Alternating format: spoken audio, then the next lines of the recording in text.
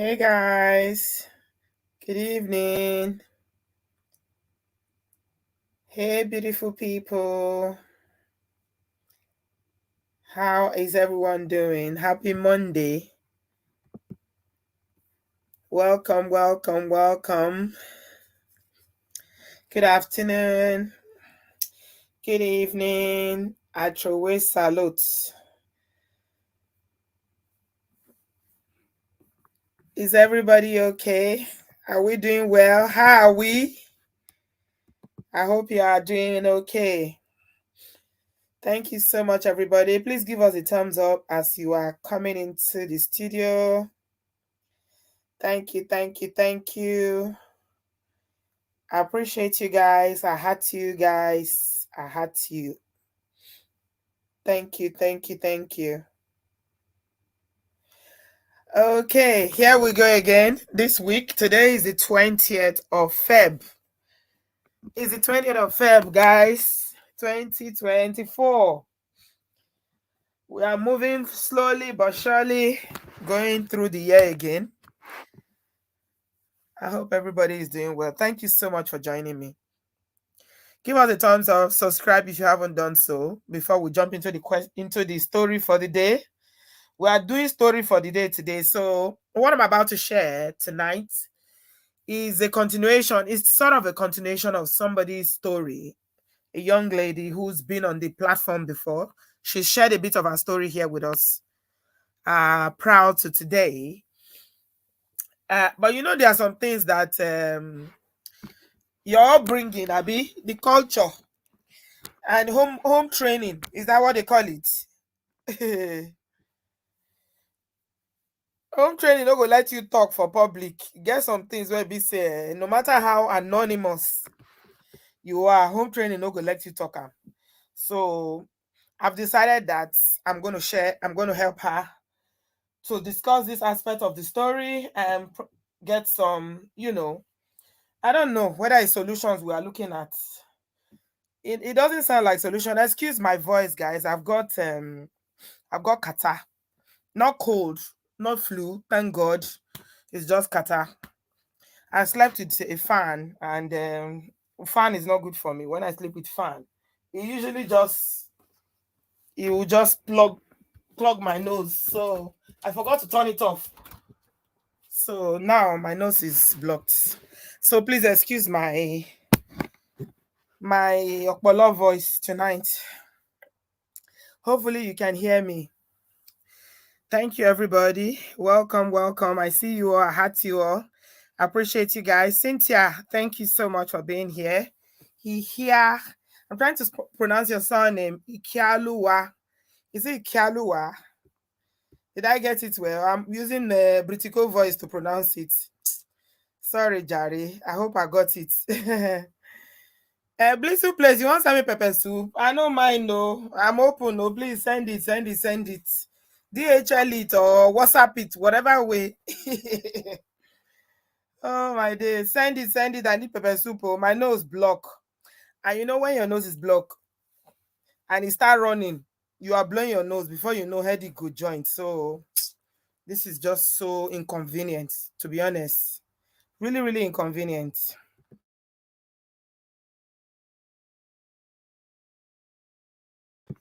But anyhow, we move. Hi everybody. Welcome. Jump in. Give us a thumbs up as you're jumping in. Did I get it right, Cynthia? Oh, thank you. You're even my member. You know I love my members special. I love you guys special. Thank you. Thank you for everybody that supports me on this platform. I don't take your love for granted. I don't take your support for granted. Whatever it is that you are doing to contribute to this ministry, the Lord will reward you abundantly. Thank you so much. So I'm going to read the remaining part of the story. So when I posted it on my community page, I asked the question, what length will you go as a woman? Sisters, make we discuss. How far will you go to save your marriage? How far are you willing to go? Monica, how are you, darling? You're right. Welcome. How far are you willing to go as a woman to save your marriage? What would you do and where would you draw the line? Remember one of the shows we did last week where we're always talking about boundaries and all that. So some people don't understand when we say boundaries, what do you mean? Because it's such a loose word. It's not something that describes anything. It's just when you say boundaries, it's the boundaries that you set for yourself, for family, for friends, in marriage, relationship, whatever.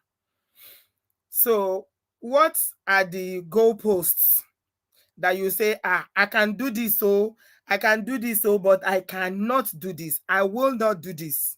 All because I want to remain married or I want to save my marriage. Honey babe, thank you. Does honey work for Qatar? I thought it's flu. That one is for it's just Qatar I have, so I didn't even bother to drink anything, to be honest. Ah, okay. So let me read.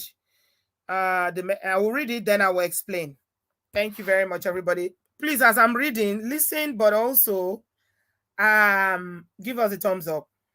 And when I do share my link for people to join, I'm going to share my link fairly quickly because of how I'm sounding like a frog tonight. I'm not going to stay long. I'm just going to make it very quick. So I share my link pretty early on so that you guys, anybody that wants to say something, the person is listening and they're going to be reading comments and listening to whatever advice that you have, because incidentally, she's still in the marriage, right? Okay. So here goes her story. Growing up, I grew up in a polygamous family whereby, something happened to me as a child. She said the word she used, I can't really say it here because of this platform, but I'm going to put it in the comment section. Yeah, that's the word she used. If you see my comment there, she said something happened to her as a child, but because her dad was very strict, she said, because my dad was very strict, I was hush and I couldn't tell anyone. When I was 16, I left the house because of the constant DV from my dad. Okay. Thank you, Junior. How are you? All right. I'll do that. I actually have lemon. I have a lot of lemon at home. I will take some later. She said, I left the house because of the constant DV from my dad. So she didn't grow up with her mom. Is this polygamous home whereby the dad was marrying different women? This one will come and go. This one will come and go. This one will come and go. Those kind of. It's amazing how when adults make some certain decisions or we live in a certain kind of lifestyles that adults live, we don't really consider how that impacts on children that are involved in those kind of situations, those kind of marriages. Anyway, so she left at 16 to go and look for her mom, who was not staying with them at that point, but was living somewhere else with a family member who was super rich. And a family member promised to put her through school. That is the mom's brother promised to put her through school. And she was living with them. She said, one day I went out with my cousins and I came back late. And the sister threw me out of the house and told my uncle not to help me again at 16. So she started life on her own at 16. So you can see, when Mongo Parks are picking they choose their victim very, very carefully. So you can see that a young girl that is 16 years old, thrown out in the cold in a place like Nigeria with no parental love, no care, obviously she's going to make some poor choices and almost likely fall into the wrong hands. She said, having it at the back of my mind that I will prove everyone wrong, that I didn't want to live a life whereby I'm sleeping around. I met the man I married and we fell in love. I worked and helped him through school.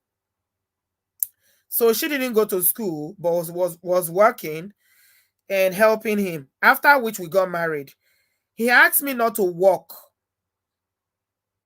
Yeah, he asked me not to work, that he will take care of me. seeing that I don't have the necessary qualification for a better job. So she was just doing a job that wasn't paying much, but it was still a job. This is Nigeria, qualifications and all these degrees and everything is very important in a place like Nigeria. So she didn't have all those qualifications, but she had a job that was bringing in some income. But after they got married, he told her not to work. She said, I started taking extra classes to better myself and go back to school, but it was very difficult for me as I couldn't get far, so I stopped. I was a young girl, but still had some connections. I worked. I helped him. Work with some, prestigious places, like he was working with some government or governor, and he made a lot of money. And for that, life was good. But instead of using the money to marry me, he used it to renovate. He used it to renovate my father's house. I remember at 16, she had left the father's house because of DV, right? Her mother was not supportive as well. The mother was living with the family and they threw her out because she went out and came back late. So she was out on her own. But now that she's married to somebody who has money, of course, olowo láyé mọ̀.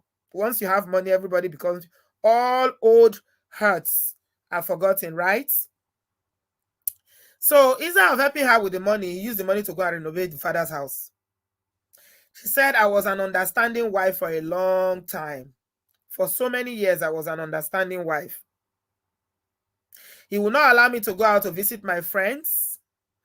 But I was thinking in my young mind that it's because he loves me too much. He was protecting me. So I didn't complain. And years went by. When I needed anything and he thinks it's reasonable, he will get it for me himself. He didn't give me money, but he will get them himself, like clothes, shoes, bags, cars. He will send money to my parents sometimes, even going to the market. He does the shopping for him by himself. It's either we'll go together or we'll go by himself. I will point to the things that I needed and he will pay for them. He will say that he's more economical with money because he's an economist, so he knows how to get a good bargain. Then the cheating started. I was not being seen by him anymore. No more getting money from him to buy the things I used to buy, like cream or necessary things. No caring what talk of any basic things. Then one day he came home and told me that, what do I think about him getting a second wife? I said it was okay, but I wasn't interested in polygamy, so he should get two, as I was out of the equation. And that was when I gave up on the marriage.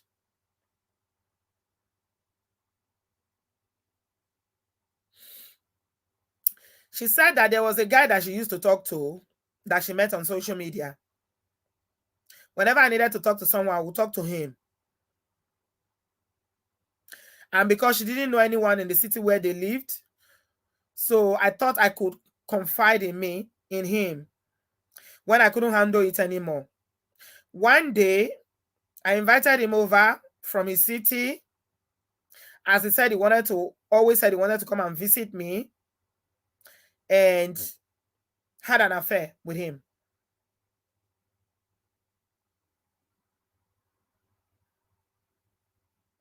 So after that, the husband came back and wanted them to work on their marriage.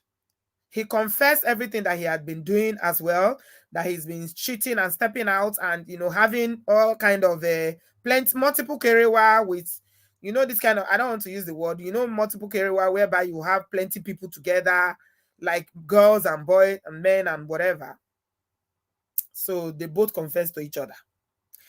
And of course, he confessed to her. She confessed her own one time of cheating. He didn't sit well with him, and he put his hands on her. And she said at that point that she felt like she was in love with that person because he listened to her. It was a shoulder for her to cry on. And she felt like there was no love in their marriage anymore. And after putting his hands on her, she had checked out in the marriage. But he now started begging that she should reconsider leaving the marriage. Okay, all that ended. Mhm. And they made up after that. One day he asked her, how does she feel about getting somebody else into their kerewa? She said that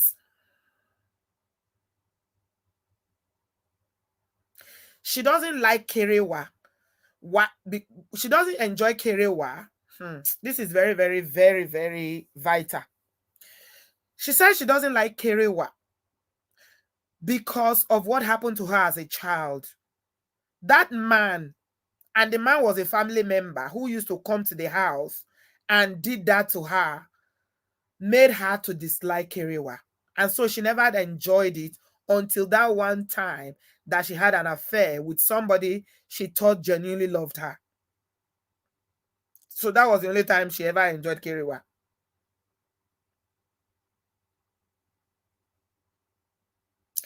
And so one day, after they thought they were going to put everything behind them, they apologized to each other and tried to give the marriage a second chance. He asked her, how did she feel about bringing somebody else to kerewa with them, a woman? And she agreed. And she arranged it.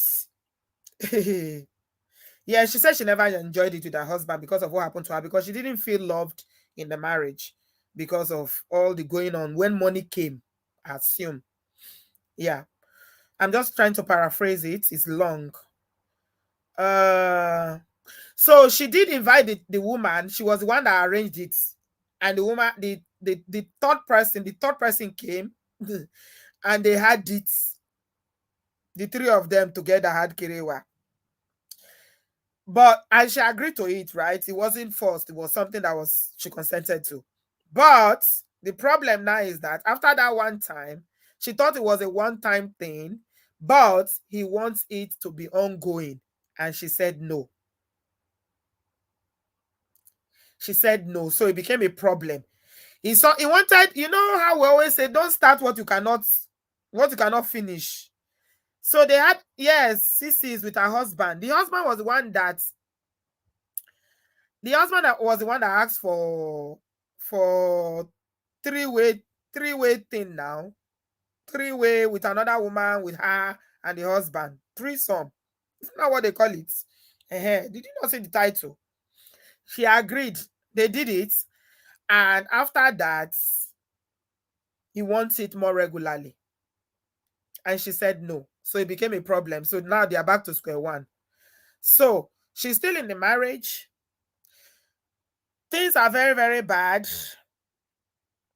I like what you said, Junior. Junior said, if you allow a child ice cream for the first time and it sweet their mouth, you cannot now say tomorrow, Junior, you can't have ice cream anymore, because ice cream is sweet, it's loaded with sugar.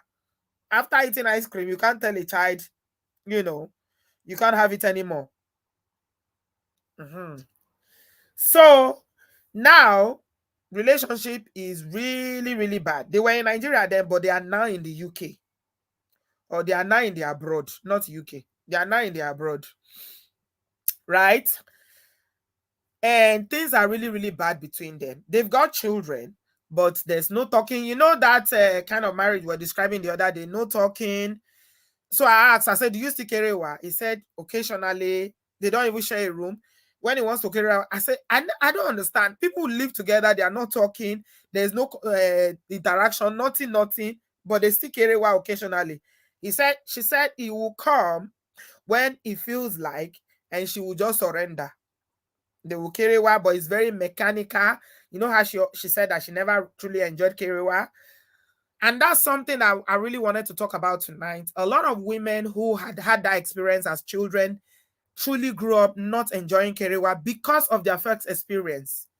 So, unfortunately, in our culture, that's something that we never talk about.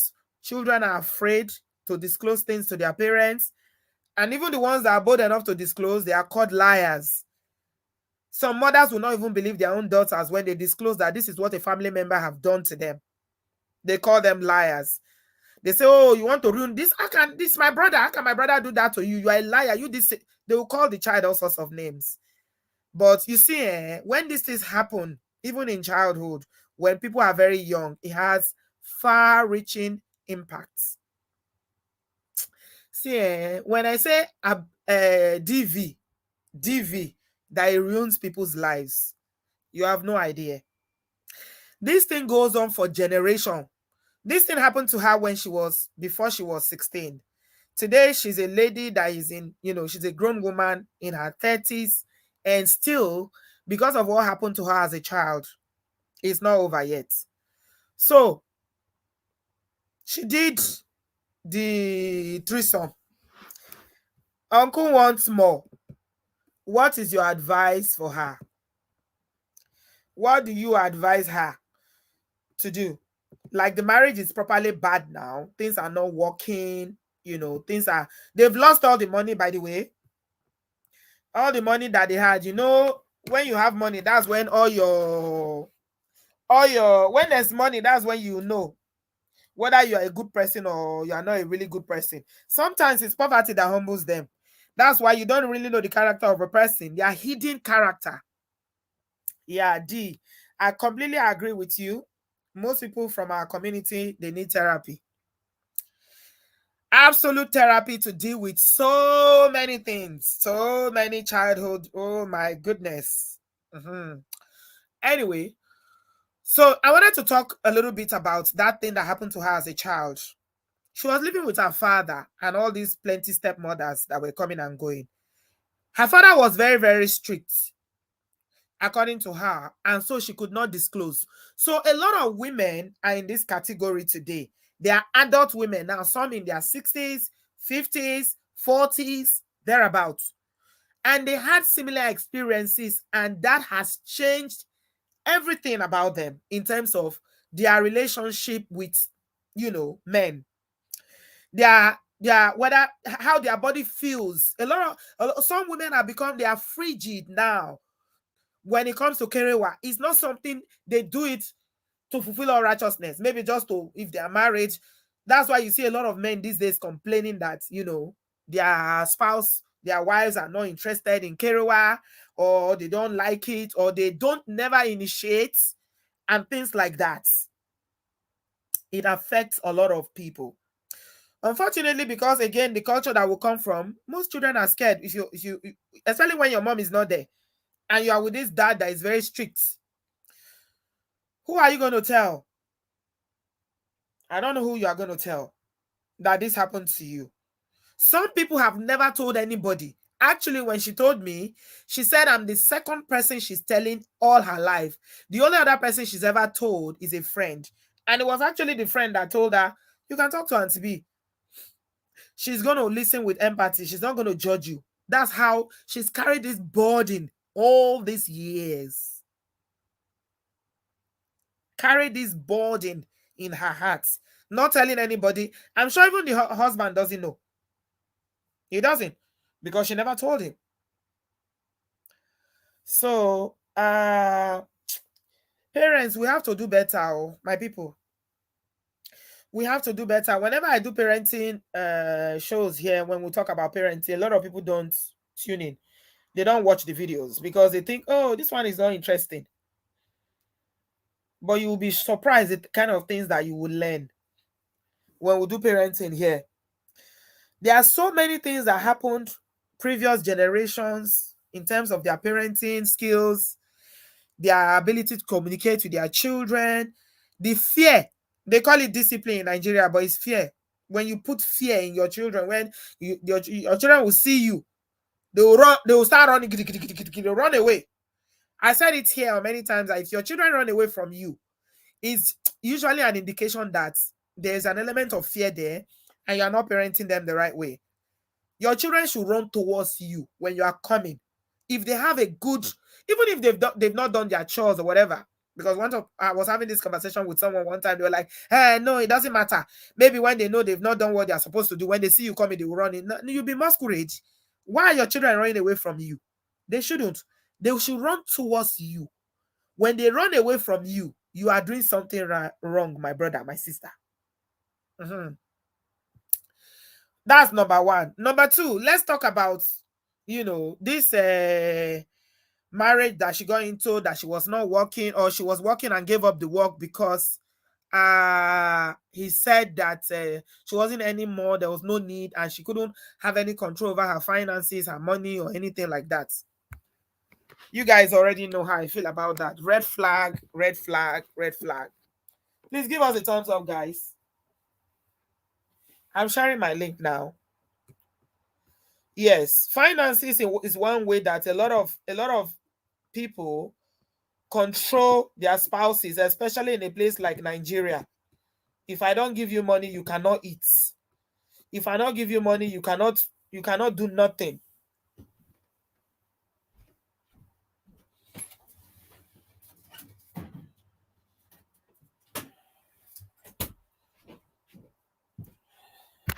Guys, please give us a thumbs up.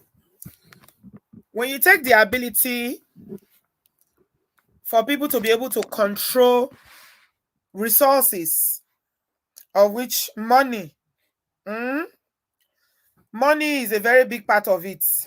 If you take it away from somebody, then you are able to control the person. Anybody that does that is a way of controlling the person. Even if you don't want her to work, or you don't want the person to work, at least give them an allowance. Give them a monthly allowance. But when you start going to the market to buy everything by yourself, you are the one that is doing all the shopping. You can tell there that there is a systematic way of putting somebody under subjugation, so you have no voice. Bio said any man that will allow only a woman as a third party is a selfish man. You should ask if you will allow to bring a man to join. Sarah said, Auntie B, I see it in my line of work as a midwife, women holding on to kerewa trauma, but only discussing it for the first time at booking antenatal appointment. Yeah, it happens to a lot of people. Yeah. Bisola said, if your children leave the room when you come in, you are the problem. Ask why they don't want to be around you. Yeah. I have a problem with a lot of ways that some of our parents, what they did, oh my God. They may have said they were doing it out of love, but a lot of adults, so many adults in our generation are living with real trauma. I'm telling you guys. And they don't even understand it. Sometimes you need to have an awareness of this for you to even understand what is going on with you. You can feel a certain kind of way, but you don't even know why you feel that way. You don't even understand why are you like this. Or you can behave a certain kind of way that you don't even understand. You have no control over it. You're like, why do I don't want to behave like this, but wow, there are so many things. So many things. So many things from childhood. So now let's talk about the big elephant in the room, which is bringing somebody in to your kerewa. We often say here that, unfortunately, some of our brothers, what they are dishing out, they cannot take. You are a married man. Why do you want to have another woman in your bed with your wife at the same time? Why? PTSD, yeah, is a lot. So, for somebody to be asking you, babe, I want a threesome, would you agree? It shows that the person has no respect for you as a woman, as his wife, or as a woman that he loves. It shows that, they know that your self-esteem is on the floor. Like, you literally do anything, because remember how I was saying how the financial aspect of things is a tool of controlling. Yes. Now you've got the person in a corner where they've got nowhere to go. Parents' relationship, bad. Marriage is the only saving grace. And this lady is trying to use the marriage to prove to her parents that, it's not what you thought I would be. Please, guys, don't use your life to prove any point, though. It's not a good game to play. Don't use your life to prove a point, even to your own parents. Play, look at me now, look at me now. Don't do that. Yeah. Patsy said, "Hello everyone. I can relate to the Kerewa from childhood trauma. I was very fearful of my mother." Yeah. Fortunately, we grew up with parents that were like, they weren't like parents. They were like some authoritarian government around our life that, they over, especially Nigerian parents, they overdid it. No, they did it too much. Yeah, they did it too much.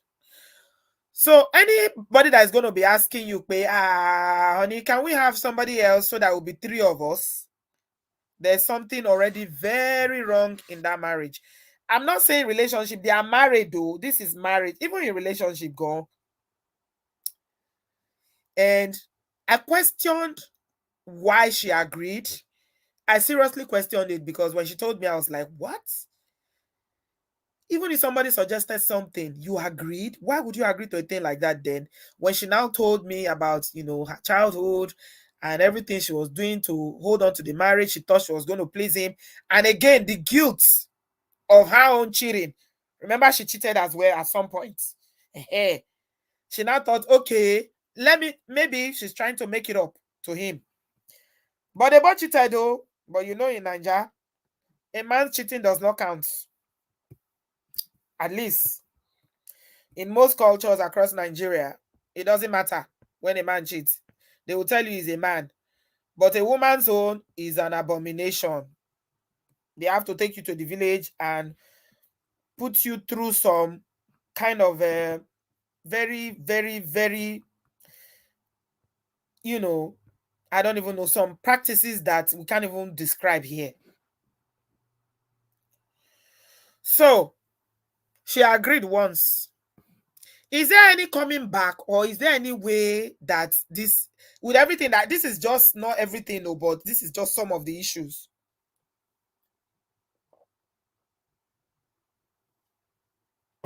Is there any coming back from this? What would you advise? What would you advise this young lady? What would you advise her to do? Knowing the picture now about her background, where she comes from, in terms of how she was raised, she practically raised herself. From 16, she was left on her own, thrown out to the streets. She met this man, got married. The only reason why her parents started reconnecting back to her parents is because the man had money at some point when they were in Nigeria. They made quite a lot of money. And of course, blew all the money because of the lifestyle. Reckless lifestyle. Side chick is very, very expensive. Oh. To have a side chick in Nigeria, you go pay rent, oh, you go buy motor, you give money, you give allowance. If you have one or two, before you know, the money will be going. So, what is your advice for this young lady? I posted my link in the comment section if you got something to say to help her. She's an Obodo farm. She's somebody that she's been through a lot in her young life, and I feel like she is so broken in so many ways and at so many points in her life that it's going to take a lot of work. It's going to take a lot of work. Abby said the man took advantage of her vulnerabilities, especially her alienation from her family. Bio said they need to talk because it seems one of them libido is higher and can't be matched by the other. Do you think it's a question of libido though? This issue of having a third person when you want a threesome, is that a question of libido? I don't know if it's a question of libido because that aspect of it is just people trying to experiment and do things that maybe they've seen it in movies, or they have fantasies and things they are trying to act out. But I didn't know that people will act those things out in marriage, at least in Nigerian marriages, sha. Although not that I can speak on behalf of all Nigerian marriages, though. But Nigerians generally have very traditional kind of marriages where the roles are, one man, your wife is sacred. Even if you are doing other outside, I think it's fantasy for that. Although she, on her own part, I would say, not interested in Kerewa, doesn't want to do it. She does it out of obligation because of what had happened. So it seems like it's a question of, trauma playing itself out now in PTSD, because this thing stays in people's mind. They never forget. That's why I think there should be a special jail that is made for people who Kerewa children. Honestly, even in this part of the world. But Nigeria, we are not ready for that conversation yet. We are not ready, because it's even the parents that will protect the so-called uncle or auntie. It's the parents. A lot of young people are suffering because of all these things going on. All these things going on. They are growing up with trauma. Even when they marry, their partners will suffer in that marriage because they have so much, and it's not everything you can tell, or even your partner. Yeah. Well, say if the man is not willing to work on the marriage and still insists on the threesome, then it's time to let it go. She needs to focus on herself and work on her psyche. Eunice said for her trauma, she needs to speak to a professional, preferably one who is experienced in dealing with childhood trauma and understands African, particularly Nigeria's socio-economic norms. I agree.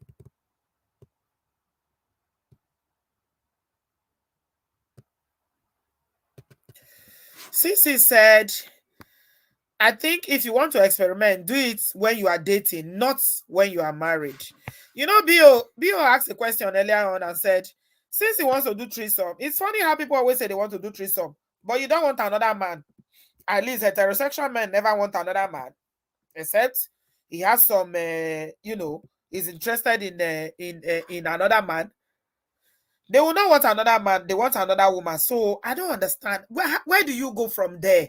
If you've opened up your marriage and you've defiled, let me use the biblical word there, you defiled your bed that way, how do you go from there? I don't understand. I don't really understand.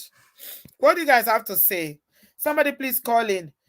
Misty said therapy would require both parties because she cannot heal while staying in a bad environment, toxic environment. And Mahalia said the foundation of the marriage was not strong. They need to go their separate ways. Okay. Abby said, I believe our parents inadvertently protected some of the DV some of the perpetrators out of shame and fear that the female child will remain unmarriageable. That is so right. That is completely right. Yeah. That is completely right. So I'm bringing you into the studio, honey babe, but please mind the language because of the platform that we are in. Just substitute your words for, Yeah. Hello. Okay. Hello, Auntie Hi, B. Hope darling. you're good. Welcome. Yeah. Thank you. I actually don't know what to say. I had words in my mouth, but it's gone. I think coming from a place of empathy, I think she needs to think about herself. I think because of her past trauma, I really think that she needs to get therapy. That's Yeah. that's the first thing I would do, because you need to deal with yourself first before you can deal with anybody else. If she Yeah. now gets to a place where she obviously wants to be in that relationship, then I think they need to have some kind of couples therapy or whatever it should be. And then based on that, they can decide whether they want to go forward. If it doesn't work, then she needs to make that decision whether she wants to stay in that marriage or not. But you need to be aware of one thing, is that it's a slippery slope. You start off, someone starts off asking or for requesting a certain deviant behavior. It now progresses to something even more perverse. Yeah. And I don't obviously want to kind of vocalize the type of things I'm talking about, but it is a very slippery slope.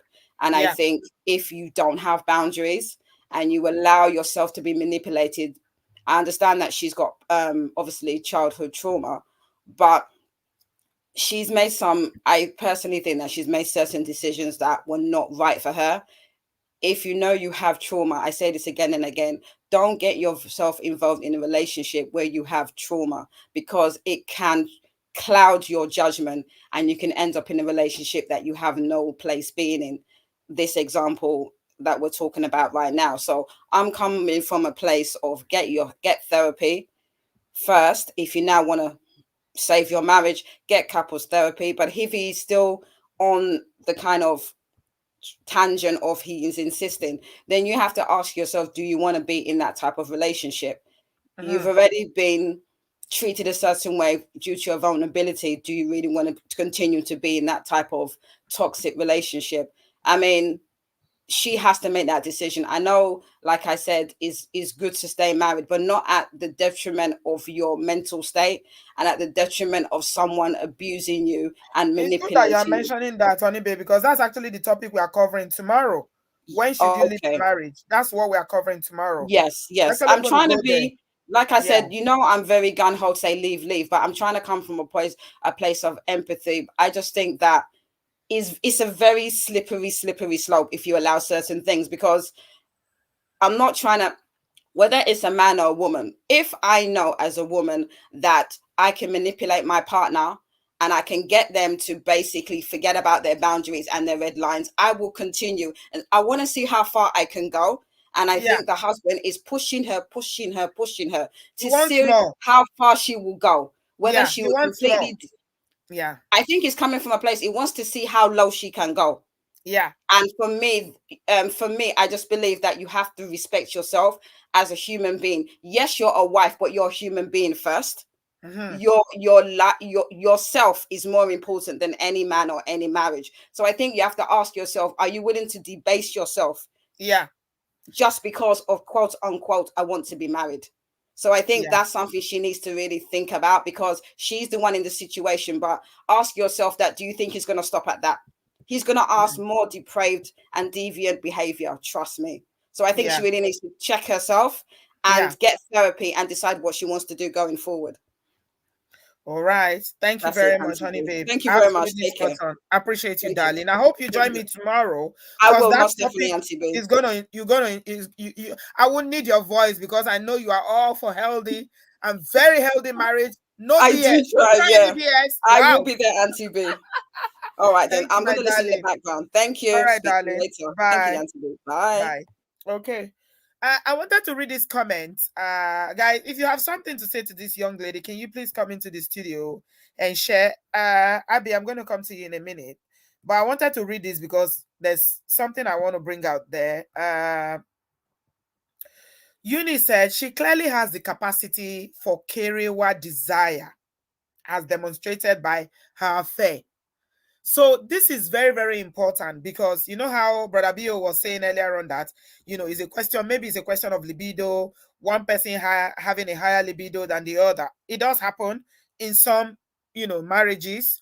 But in this case, I think what Uni is saying is spot on because you know how we always say, I always tell brothers here that you don't, the way you make love to a woman is emotionally first before you can get her body.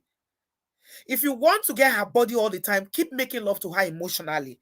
The language of love that women understand is emotional connection. When a woman is connected to you emotionally, she feels loved. She feels loved. You've done the work.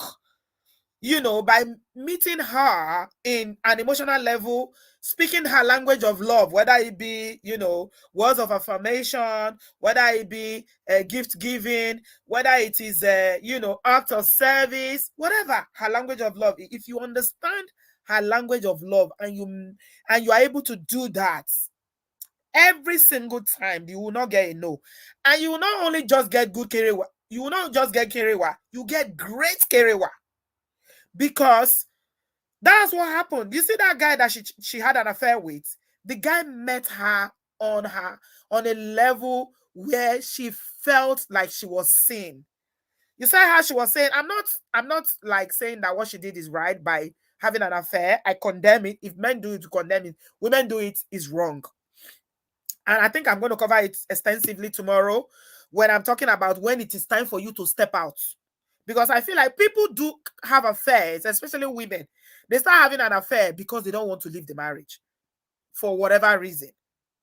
So I totally condemn that. Let me just say that before somebody will come and say, Auntie B, if he's a man now, okay, it's not acceptable, whether it's done by a male or female. However, what I'm trying to bring out there is that the reason why she's saying I don't enjoy Kerewa is because the husband is not meeting her emotional needs. She doesn't feel connected to him. So Eunice said the problem is the husband not providing safety and no emotional connection. She's not attracted to him. It's simple. So why that guy's own, why did maybe she doesn't like Kerewa. Did she agree to Kerewa somebody else? Because she felt seen by him. He spoke what she wanted to hear. She felt like she was in love with him. And so she enjoyed it. So I just wanted to make that point. Okay. All right. Thank you so much, Uni, for that very powerful comment. Fat Tolly said he's degrading her if he continues. Dignity has left the building. The couple is doing everything to manage relationship without deep down dealing with the issues. Yeah, they're not dealing with nothing. See, there are so many people. Hey, I don't know how I can even say this. This marriage, our culture promotes, Nigerian culture promotes marriage by all means. And as a result, the things that are happening underneath some marriages.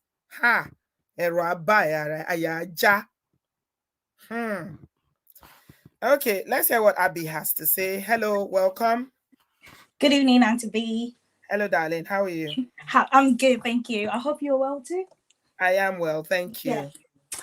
Yeah. So I'm gonna keep it really short. The first red flag or the sign that I noticed was when he asked to marry. Well, like, what does she think about having two wives or whatnot? I think that's kind of like testing the waters and see how is she gonna respond to this.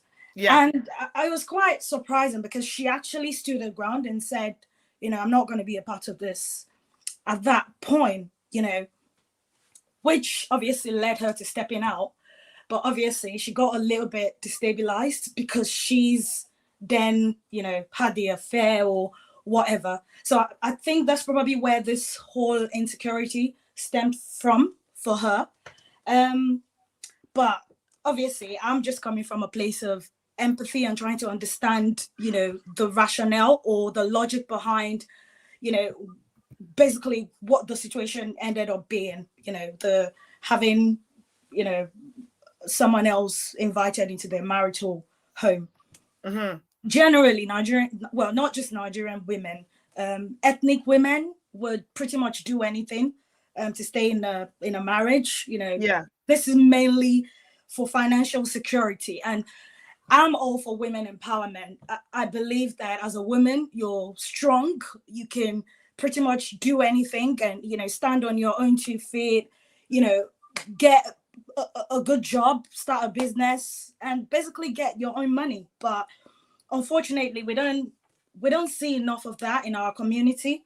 A lot of people advocate for, pretty much do anything to stay in your marriage and, just satisfy your husband. That's all we hear left, right, and center. So really appreciate your platform for this very reason, because you are one of those people that I respect in terms of, you can do it, as a woman, there are certain standards that you need to hold yourself to.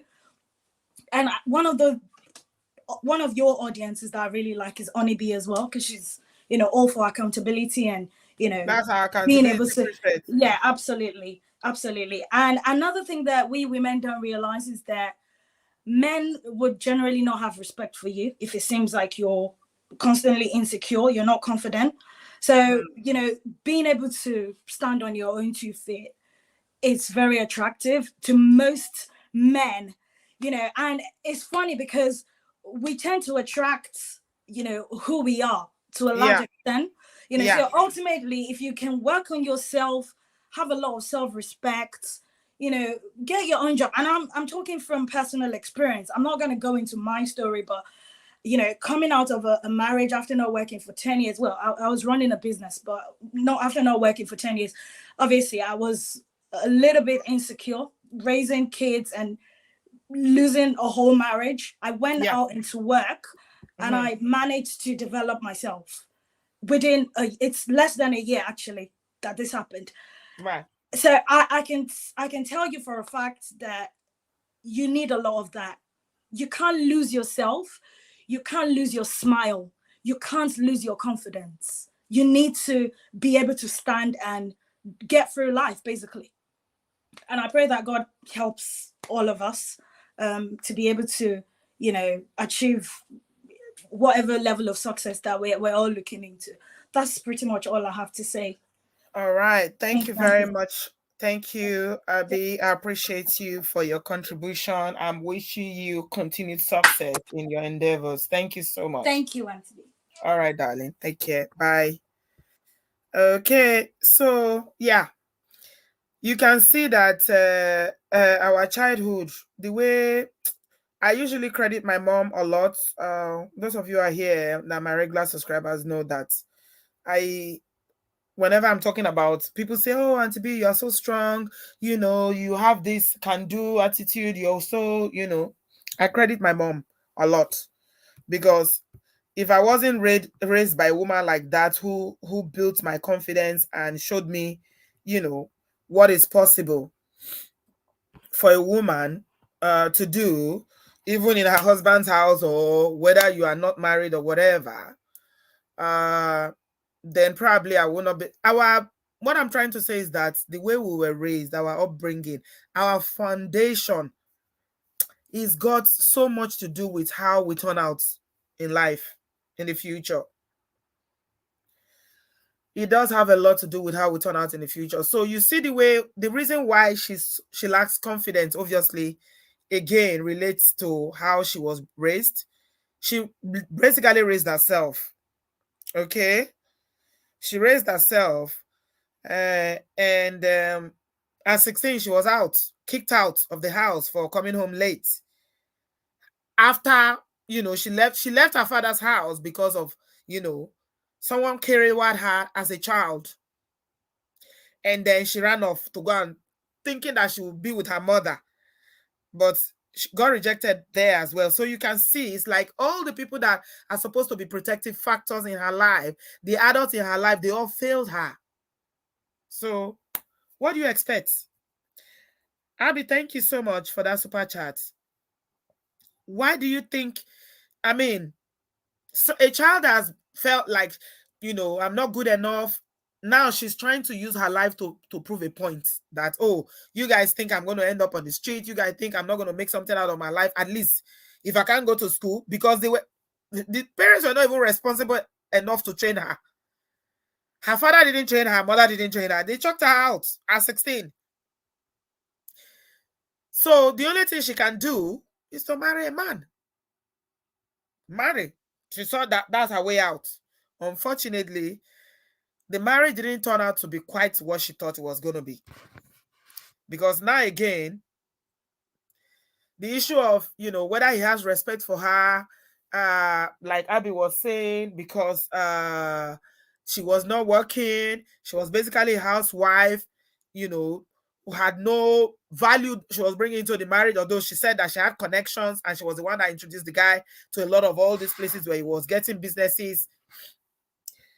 Sometimes you wonder, if you know how to get all these businesses, why don't you get it yourself? But again, you know how we are as Nigerians now. If my husband get money, now me get them. Abi? Wrong. Sometimes it's not. Not be you get them.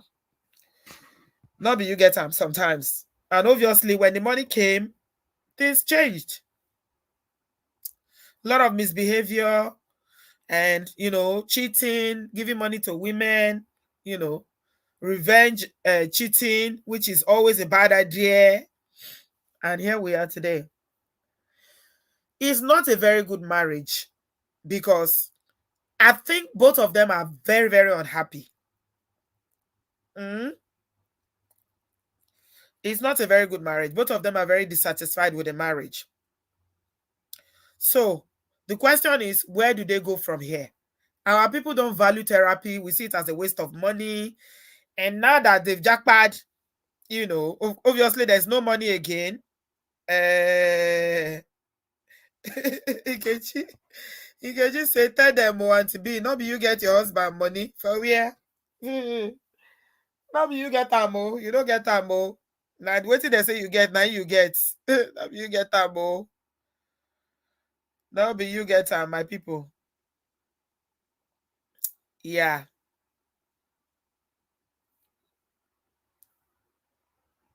So I don't know how things are going to work out because there's a lot. And you know the thing that makes me sad? Let me tell you my sadness in all this. Nana Ama said, I was trying to get to call, but I don't know how to do it. Mine was worse childhood trauma. I ended up having 3 kids with the person that abused me. Thank God I was able to get rid of him, but the trauma, oh wow. Yeah, it's the link that we use. There's a link in the comment section that we used to come in. If you see, there's a link there. Sorry. Thank you, Mama Sita, for the super chat. I appreciate that. What I was saying is that Nana, there's a link in the comment section, but some of those things you might probably not be able to share it here because of YouTube, or this video they're just gonna flag it, and they will not allow us to monetize it. You see the thing that makes me so sad. A lot of people are in relationships, or they are in marriages like this, not relationship, and they will remain there for life. Everybody is miserable. Everybody is sad. Everybody is dissatisfied. And it's just so, there's nothing there, but they will not leave. They will not leave. They will just stay there. Everybody will be unhappy. And I'm thinking, this life is just so short for people to live like this. I don't know. And sometimes I wonder, do you want to be married, or you want to be happy, or do you want to be happily married? Which one? Because I don't know, when people are in things like this, where they see there's no joy, there's no communication, there's nothing. Do you want to be happy, or do you just want to be married?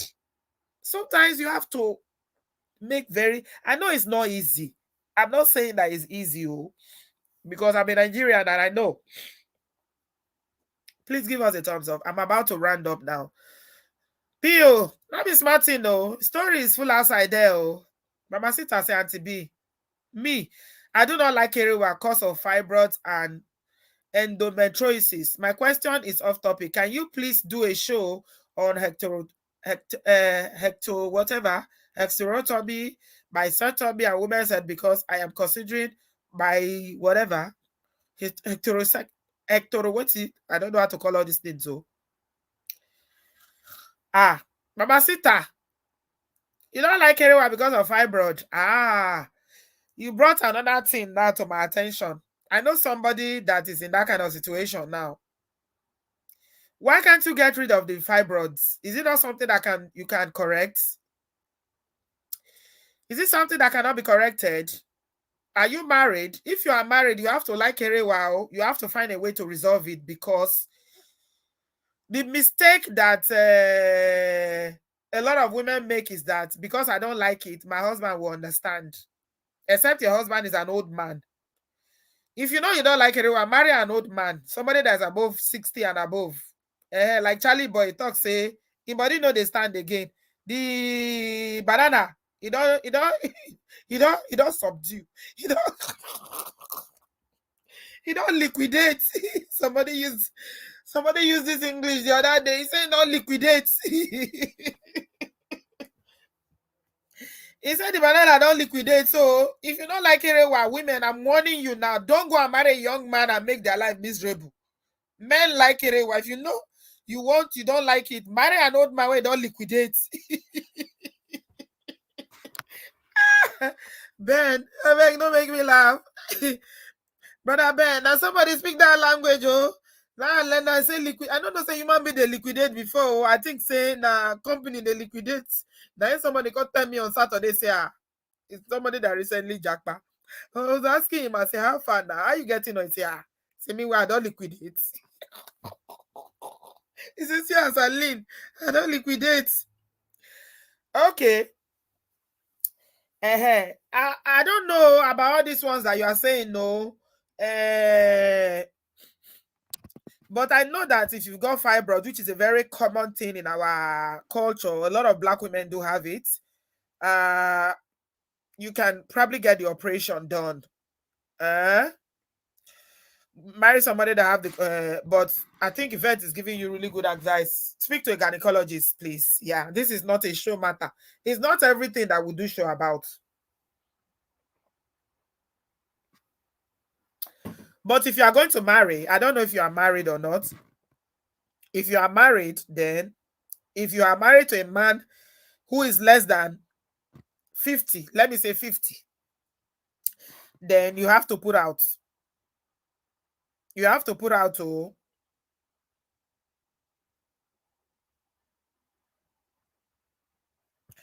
Chinye said, Auntie B, hysterectomy is removing of the uterus. Usually very serious. I think her fibroids is one of the serious ones that is causing all kinds of health issues. Wow. I'm really, really sorry. I'm sorry, oh, my dear sister. Mama Sita. She said, I did robotic mastectomy for fibroid removal and it came back. Just want an opinion on women who have done hysterectomy. Do you have children yet? Are you married? I feel like this is something you have to discuss with your husband if you are married, because if you already have children, you don't want children anymore, and this is what is going to stop it from growing back, then you have to discuss with your gynecologist too, because it's a serious thing. I think what you're talking about is totally removing the uterus, whereby you can't get pregnant anymore, right? If I'm right with my, you have children and you are divorced. Okay, if you are divorced, then if for your health reason, then you need to speak to your gynecologist. Peace. Hello, welcome. Good afternoon, Auntie B. Hello, darling. How are How you? are you? I'm all right. How are you? Fine, thank you. Where are you calling us from? I'm calling you from Canada. Welcome. What do you have to say? Yes. I commented on the thing that I was saying that thank God I was able to get rid of him.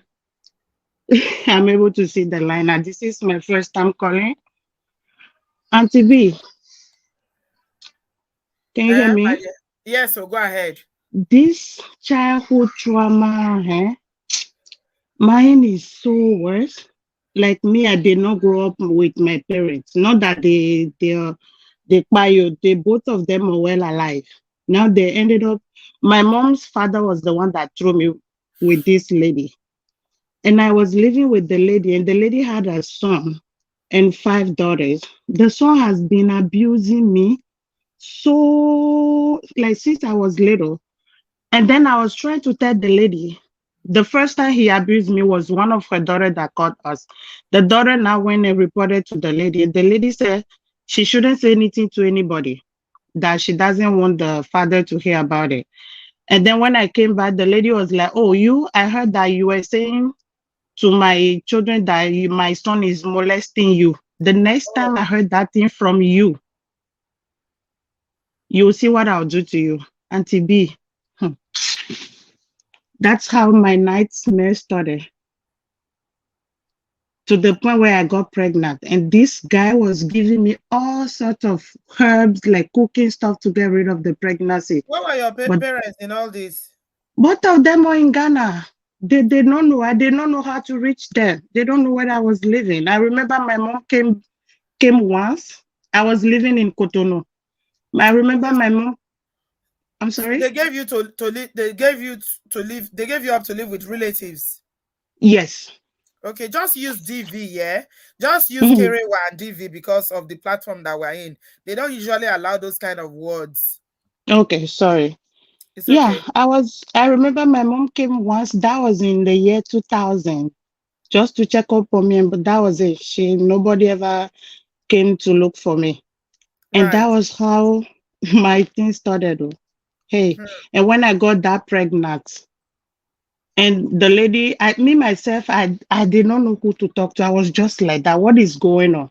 This boy will be giving me the stuff with slapping me, beating me, forcing me to drink those things. and me to pour me, I'll be drinking it. And the day that this lady noticed, it was somebody that noticed the pregnancy and go now reported to the lady.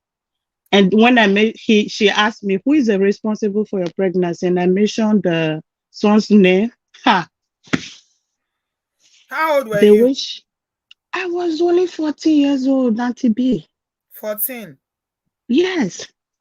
The way she was beating me with that pregnancy, yeah. Yehovah, it was worse. And mind you, nobody, like all the neighborhood, they know what was going on, but nobody can talk. Yeah. Then thank God we ended up in Canada. And again, I don't know who to talk to. I was just in with them like that, right? Nobody You to follow talk to, them to nobody. Canada? Yeah, followed them come here to do the house job that I used to do back Okay, in so the you were country. like basically their house help. Yes. Okay. And then when we got here, the thing too started, the DV started. And then I ended up having another 2 kids. And For the then the son. thing started. Yes. And you didn't know how to report in Canada. You just need to tell somebody in Canada. The threatening, how can you tell Auntie B? Hey. You know, when you grew up with the thing, is this even till today, I'm still living with that fear. Yeah. Talking to you now, I don't know if you can hear my voice is shaking, like it's like somebody is behind me, or when they hear about it, they'll call me like, Yeah. Yeah. And then recently, that was 5 years ago. Auntie B, the lady, we went home 2017 just to visit. That was when I was able to meet my mom after more than 20 something years. And then we went home. I don't know how it happened. I was there. We came back. And then 2019, the boy will be telling me, that time I used to walk across the border. And he'll tell me, oh, when you're coming, bring me this drink, bring me this drink. So long story short, do you know this lady and the son made me prepare somebody else's bride price drink. So she and the son now travel back home and pay another woman bride price. How many children do you have for this man, this young man? 3. I had three with him. While you were doing house girl with them, she Yes. impregnated you 3 times. Yes. And that one is not included the one that they get rid of her. My goodness. Auntie, this childhood trauma. So how did you get out? How did you get out? He's married to someone else now. Yes, and then they came back and I want to say it and they want to beat me again. That was how I was able to get help. And I was like, no, I cannot keep on living with this. You guys keep me inside for how many years? You had 3 kids with me. You did not even buy any pure water, go give it to my parents. Now you made me buy drink for somebody else's bride price and you then now go and pay. And I want to talk and you want to beat me? No. And that was when everybody from like all those uncles back home, they'll be calling, they'll be telling me things that, like, when they'll be, I don't know how they say it in English, but when somebody will say that, you will see things like that. That was how I get rid of. I was able to involve all those lawyers and children's service, everybody. That was how I get rid of them. But the sad part is I'm still living in the same area with them. That's one thing I'm dealing with now. I don't know. I'm in my mind. I'm thinking, I don't know. Is it safe for you to live in the same area with them? For me, in my little mind, not really, right? And at the same time, I don't want to make a decision where I'll end up damaging my kids. I don't want the thing that I went through, my children also be experiencing the same thing. What do you mean? What do you mean experiencing it? Can't you, if you move away, are they helping you to raise the children? I don't understand. No. The boy is not even, the mother helped him to escape. He's not even in the country paying any child support or anything like that. So what do you mean damaging the children? What do you mean by that? I don't know. I don't know if that, to be honest, I don't know. If you ask me, I don't know. Yeah, that's my story. So this childhood trauma, if you've never experienced it in your life, that's when you'll be judging people like, oh, what is she saying or what are they saying? Did you report to the authorities in Canada to tell them about that this is called modern day slavery? Did you tell them, the police, did you tell them? No. Do you know what do Can you do you have an understanding of everything that happened to you? I'm sorry? Do you understand what happened to you right from when you were in Africa Oh and yeah. I remember everything. How my grandpa gave me to the lady from day one all the way to. I remember everything. There's no one thing I don't remember.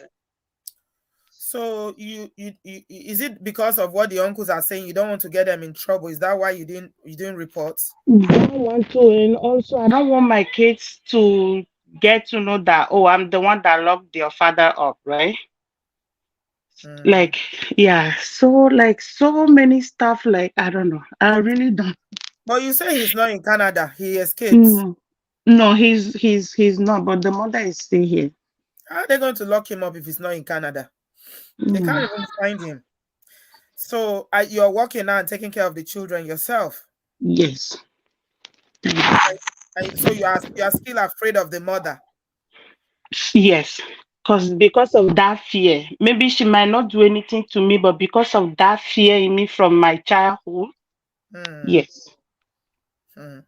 Do you have a doctor in Canada? Yes, I have a really good Nigerian doctor.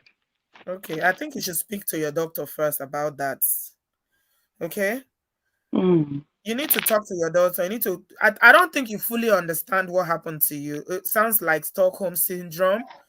Um, Sometimes when you are not aware, you don't really fully comprehend. For what you are telling me now is that you were basically handed over to this family as a child, and Mm-hmm. the mother, the woman's child, has basically just used you over the years, impregnated you, remove some of the pregnancy, and you still have 3 living children for them.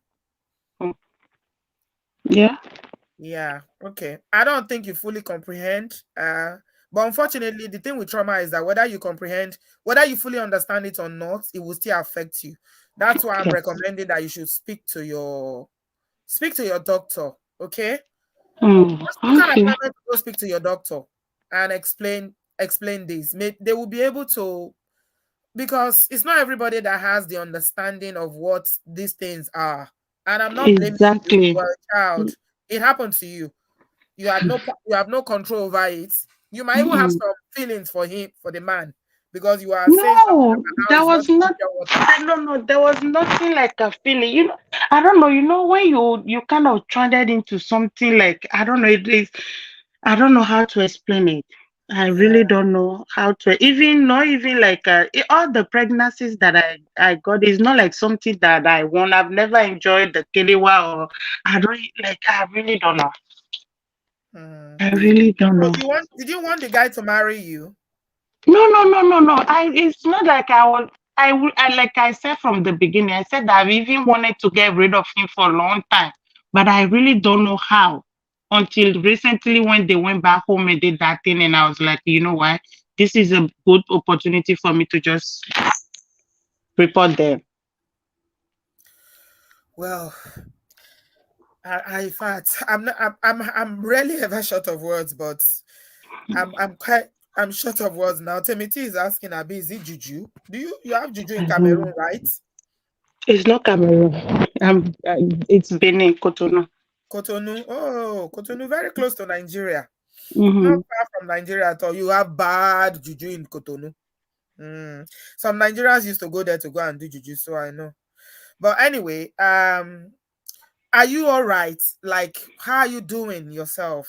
Are you okay? I don't know. Sometimes you have that fear in you that, oh, like, because you grow up being beaten, right? So technically, that one stuck into your brain. Even me, myself, I'm with my boys, but I cannot sit down for 1 minute without getting up doing something. Hmm. You see, when I was saying that, whether you understand the nature of DV or not, and I'm talking about this time around, we're talking about scary abuse. It will affect you, and you know why I'm asking to go speak to someone. It will manifest in your parenting as well. You will not be aware of it. What province do you live in Canada? Ontario. Okay. We have a WhatsApp group. Take my contact number and send me a DM. WhatsApp me let's add it to the Canadian group because we've got somebody that already asking. Let's see what support they can offer you in terms of getting you help. You need help, my dear. Yeah, you need help. You really need help because you're not thinking about yourself. You're thinking about them a lot and the impact of whatever you do, how it will affect them, but you're not thinking about your well-being. You are the victim here, my dear. You are the one that was made to go through all this. You need help. So get my number down and send me a WhatsApp message and let's see if we can get you some help from the Canadian group. Okay, thank you. All right, my dear. Take care of Okay, yourself. thank you. All right. Bye. Okay, bye-bye. Wow, my dear people of God. Hey, Chineke. Ah, now wow. Nkan be, nkan shele. Chai, this is so sad. Cynthia, hi, welcome.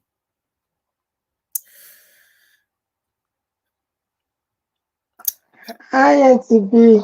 Hello, darling. How are you? I'm fine. Where are you joining Good us? afternoon. I'm Yeah. joining from Houston, Texas. Oh, welcome. How are you? Hey, now Yeah, I wow. think I'm lagging. Okay, go ahead. I can hear you. Okay. My heart is about to jump out of my chest. Yeah, somebody says she needs therapy, not a Nigerian doctor in Canada. Well, in the UK, the route to therapy is from the GP. So I don't know what your system is. Did this TV. If you live in Canada, you know how to get therapy to assess it without pain. Maybe you want to tell us. But for every care, whether it's primary care or secondary care, whatever, mental health, in the Hello, UK, Auntie B. GP is the first point of contact. So maybe you want to advise how she goes. Yeah, I can Hello, hear you, Auntie B. Cynthia. Yeah, I can hear Oh, you, man. okay. Yeah, it's like I'm lagging because I'm Okay. hearing everything you've said before. Yeah, go ahead. Uh-huh. Okay. Yeah. Um, my heart is beating so fast because what the previous caller just said, I went through the same thing. You know, my my mom, my parents gave me to my family member, my uncle's my dad's cousin, and that was when I was like 4 years old, and I lived with them for years, and the same thing was happening to me, the Hmm. same abuse, Yeah. you know. I'm hearing myself after I finished talking. I don't know No, it's okay. if It's fine. We can hear you. Go ahead. okay. So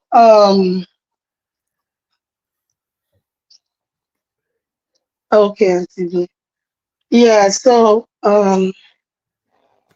this happened for years, and you can imagine going through this with your own cousins, you know, the abuse, and your own blood auntie knows what is happening, and she's constant like hiding it, not even let anybody to know what is happening, you know. Even for this happened from when I was the first time it happened, I was just 11 years old, Hmm. and you know this happened, and she was even the one that even found me. I think I passed out the first time without saying the words, with the blood and everything on the floor. She saw, and she just took me and said, "Oh, I should go and take shower." And she was like, "Oh, I think your period started," but I know it wasn't my period, Hmm. because I've not even started seeing my period They at will that cover time. up for their children. Nigerian parents will cover up for their children. Yeah, and yeah, they do.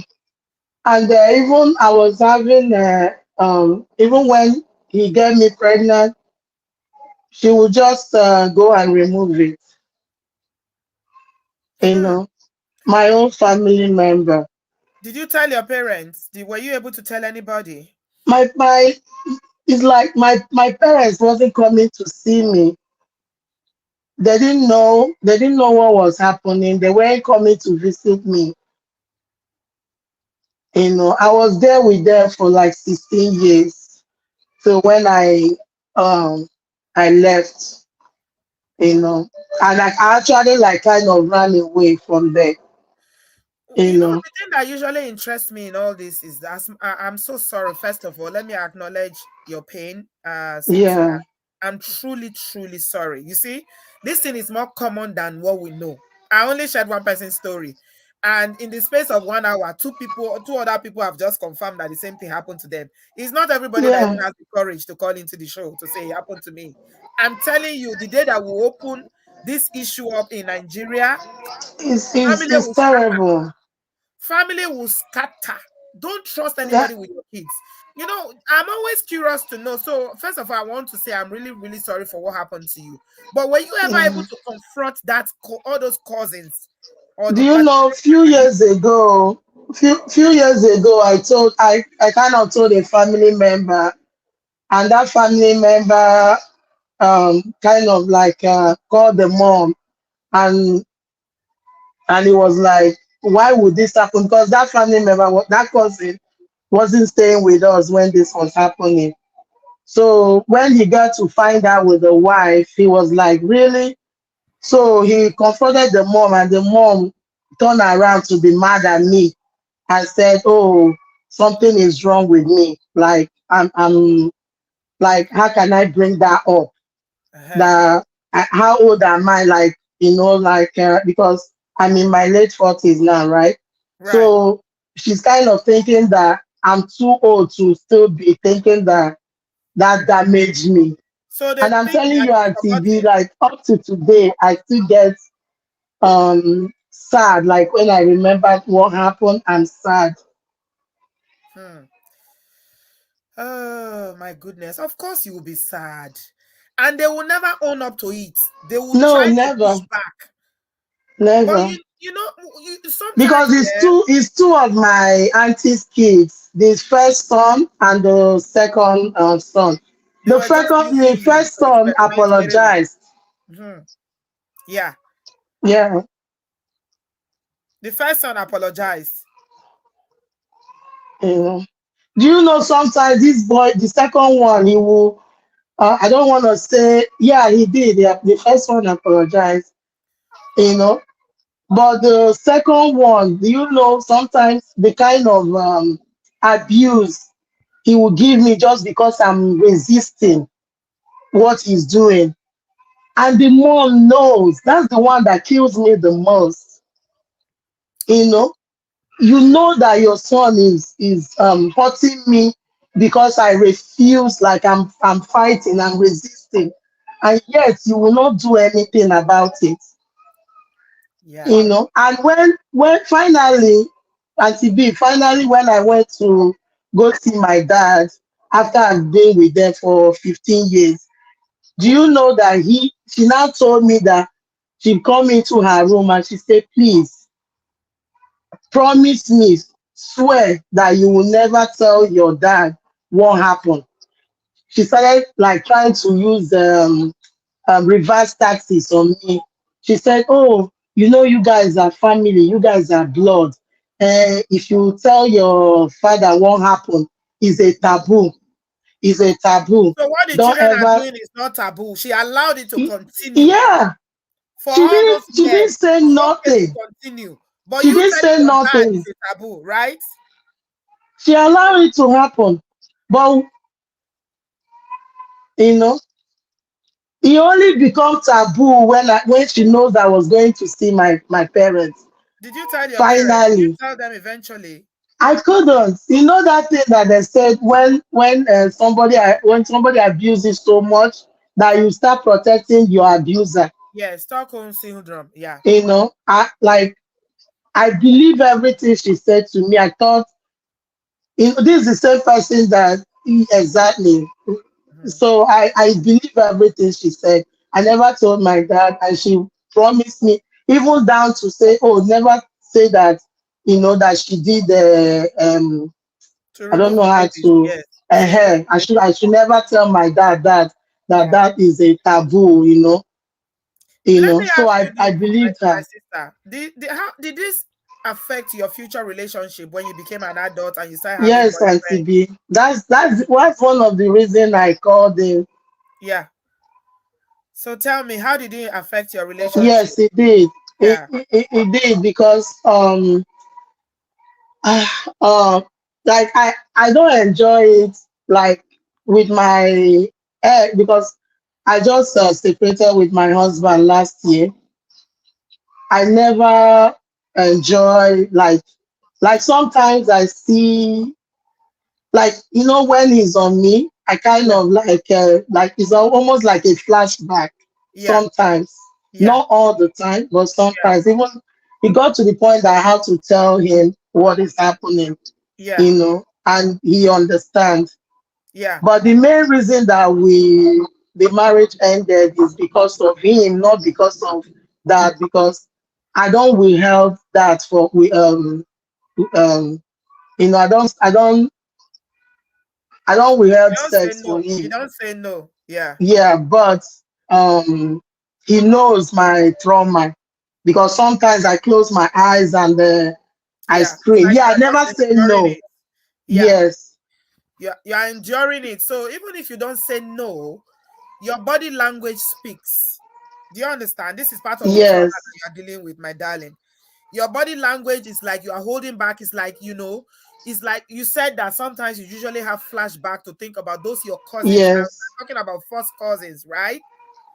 Which is something that should not even yeah, be happening in the first place. So even if you don't exactly. speak, your body language will speak. And Yeah, so it was,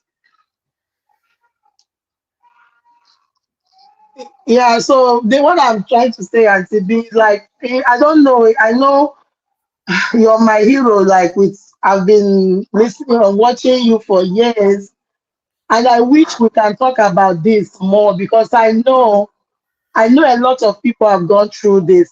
Before, when I came to this country newly, I thought early 2000, I thought I was the only one because it's when people started telling me their stories and they're like, some people said this happened to them. There is their own father, their uncles, and I'm like, we all came from Nigeria and this is happening. yeah, nobody talks And about a it in lot of kids, Nigeria. I know a lot of kids are still going through this. Mine Yes. started when I was barely 11 years old, Yeah. and it happened to when I was like 17, Yeah. 18. Yeah. So, Yeah. it continued. And I know kids are still going through this now. So Yeah. I don't know what we can do to like, talk about it so that people will know. I know like for me to even like call in, I was afraid because I have a large family here in Yeah. America. So I'm afraid who will hear this and Let say, them oh, hear. Let them hear. Because let them hear, to be honest.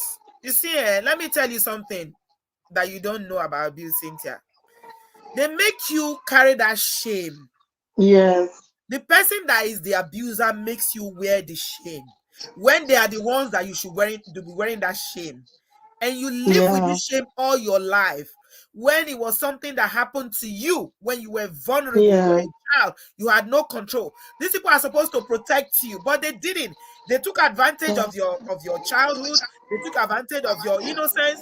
They used you, yeah, and now they leave you to carry the trauma and the shame when they should be the one carrying the shame. So you know what? exactly. Let them hear. Maybe this is what you finally need for you to bust this thing open for everybody to know that you're not Yeah, making you're it up. right. It happened to you. You're right.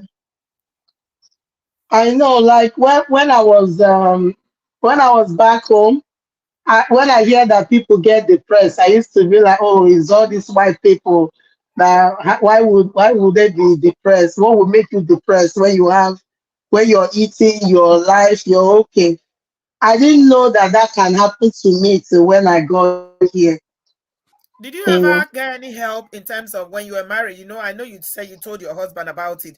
Did you get any psychological help, Any counseling or therapy Yeah, with that the trauma? I started having, I started having flashback, and yeah, I started seeing a doctor here. That was one of the reasons why I left my husband, because instead of him to help me, knowing what I've been through, he turned it around that, oh, you shouldn't take the medication they're giving you. They're going to say you're crazy. They're going to say you're this, you're that, you know. So it was starting to So affect I'm your like, mental health as well. yeah, I'm like, seeing a doctor for what I'm suffering, you know, that I can't sleep. Hmm. Yeah, this is so, it was so bad that I couldn't sleep. And Hmm. all these years, I thought I've forgotten about this and I can move on. But it started tormenting me this year to be like, it was so bad. Yeah. You know, sometimes I can't even sleep at night, you know. And it's not just I'm thinking about it, it's like flashback just coming to Yeah. my face like this. Yes. And PTSD. I That's couldn't what they call it. understand my own partner, don't, could not understand it. Like Yeah. he didn't have empathy, like to understand it. Yeah. That's PTSD when you start having those flashback. Yeah. So somebody said Yeah. something here. Yvette, one of our sisters here, said something very profound here. She said that, when you call out people who do these things to you, because you are assuming that they stopped, but they haven't though. When you call them out, it means that it will stop them from doing it to other people. Do you understand what No. I'm saying? I can see you and I see that you are crying, my dear sister. You see, this is it. This is it. People ruin other people's life and they think that they will get away with it. When things Yeah. start happening to them, they It, don't it, see that it karma is hurts. It hurts at TB because I was with my husband for 12 years and no kids. And I keep having flashbacks, all the things they did to me when I was a child that caused all this. when they were taking you to go and do D&C as a Yeah. child. They were taking you Yeah. to go and remove baby. Yeah. So how And would you not? I thought like my own auntie will have compassion to say, oh, my daughter, I'm sorry that all that happened to you. I'm sorry that I wasn't there for you. I'm sorry I didn't do the right thing. But instead, she just shoved me on the side and just said, I'm talking rubbish. That how can I bring up something that happened years ago? Years ago, but it happened to me. You So know, you know what it Oprah happened said? to me. Oprah said something about, Oprah had a similar experience where she had, this kind of trauma too from her childhood. And she said something. She said that your healing starts from when you share that pain. The fact that you are still protecting them, that your auntie start. I'm not saying that, is I don't know from your personality, the way I'm saying you, I see that you are the kind of person that you are very calm. You sound like a very, gentle kind of person. And that's why they've been able to subdue you and kept you, quiet all these years. But at some point, you might consider how you want to go with this because you are suffering. It's obvious that you are suffering. And it's so, it's the injustice of it. It makes me so mad when people inflate this kind of pain on other people. They are going on with their life like nothing I happened. Like, think the one that hurt the most is them not acknowledging what happened. You know, that's what hurts the most. do you have any children?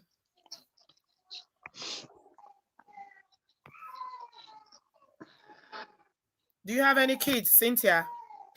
Yeah, no, I don't have any kid of mine. That's what I'm saying. I was with my husband for 12 years and we didn't. No, I don't. Hmm.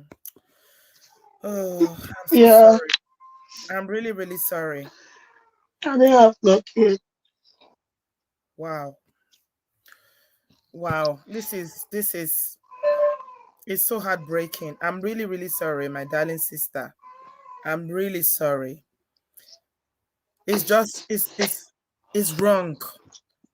It's so wrong when people treat people like this and they just get on with their life. They go on to have their own families, they have wives, they have children. STB was so bad that even her room was next to my own room. You know, we stay in the same room with my cousins, the girls. Do you know sometimes he goes out drunk and comes into that room and start trying to rip my clothes off me, and his own sisters will be fighting him, pulling him off me. Sometimes some of them will be slamming on the door and saying, "Mommy, mommy, he's here again." He's there calling his name, saying he's here again, and the mom will not come out. Somebody is saying that you should go to this center in your city. Thank you so much. 365 Media TV say you should go to this place. If you look at the screen, Cynthia, it's called UT Health Trauma and Resilience Center. Yeah, they say you should go there. They might be able to help you. Do they have it in Houston? Yes, in Houston, UT Health Trauma and Resilience Center. So just Google it and find the address. Yeah. But I think if I were you, I would definitely call those people out. I will. I'm going to put them on full blast, starting from my auntie. Everybody in that family we know, I will make noise. Because this burden is too much for one person to be bearing. It is not your duty to protect your family's name. Since they decided to be unfortunate, it is not your duty because it happened to you. So the burden of protecting the family does not lie on you. Is your auntie in Nigeria or she's in the US? She's in Nigeria. She's in Nigeria, but she's actually visiting in US right now. Man, the main reason why you should go confront her. Go and confront her. I know you might not have the courage, but your healing starts from calling out these people. I've already decided that if I see her face to face, I'm gonna, say everything in front of her, because not all my family members knew what happened. Few people knew what happened, but not all of them knows. I don't think you should protect them. I don't think you should be protecting them. Somebody wants to say something to you. Let me share the link. Bumi wants to say something. Let me share the link quickly. You see how our live shows they just take a different turn. I didn't know we're even going to go this way. We're talking about, somebody married and all that. Bumi, jump in and say something to our sister. Transfer the shame to them. Yes, Cynthia. Don't you? Oh my God. Sometimes you feel. I understand that it's not easy for you because I'm not the victim here, but if you are not a confrontational person, it's hard sometimes. But God, just imagine this: her marriage ended, and I have no doubt that he's a perfectly good person. 12 years of no child, dealing with this trauma, and now those people are walking around free. Without even a confrontation. Oh my God. I'm angry. Bumi, welcome. Auntie B, good afternoon. How are you? You know what? Auntie Cynthia, and the other lady that spoke, I want to acknowledge your pain. I cannot even understand what you're going through, so I'm not going to.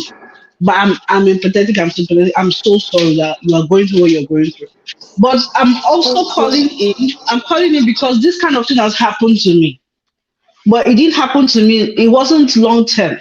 What happened was that my uncle, my father's cousin or whatever, was my uncle came to the house and was DV, not DV, sexual assault.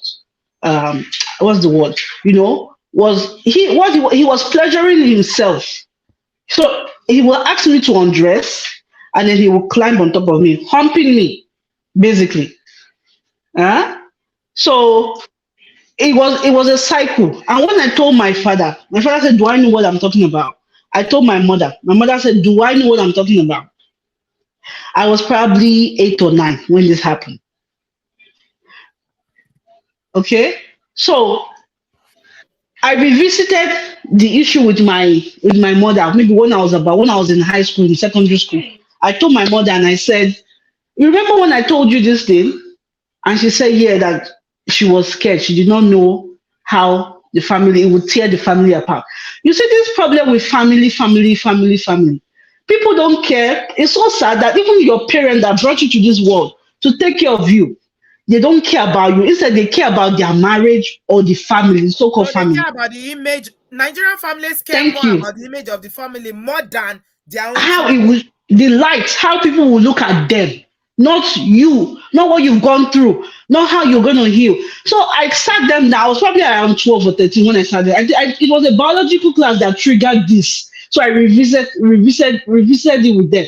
And I told them that if they don't acknowledge what they did to me that time, luckily mine was not a continuously, but it happened on 2 different occasions, right? But I told them that if they don't acknowledge it, that this house, because I'm the first child, I said this house will not be enough for 2 of us. And I've always been a catalyst like that. Like I speak my mind.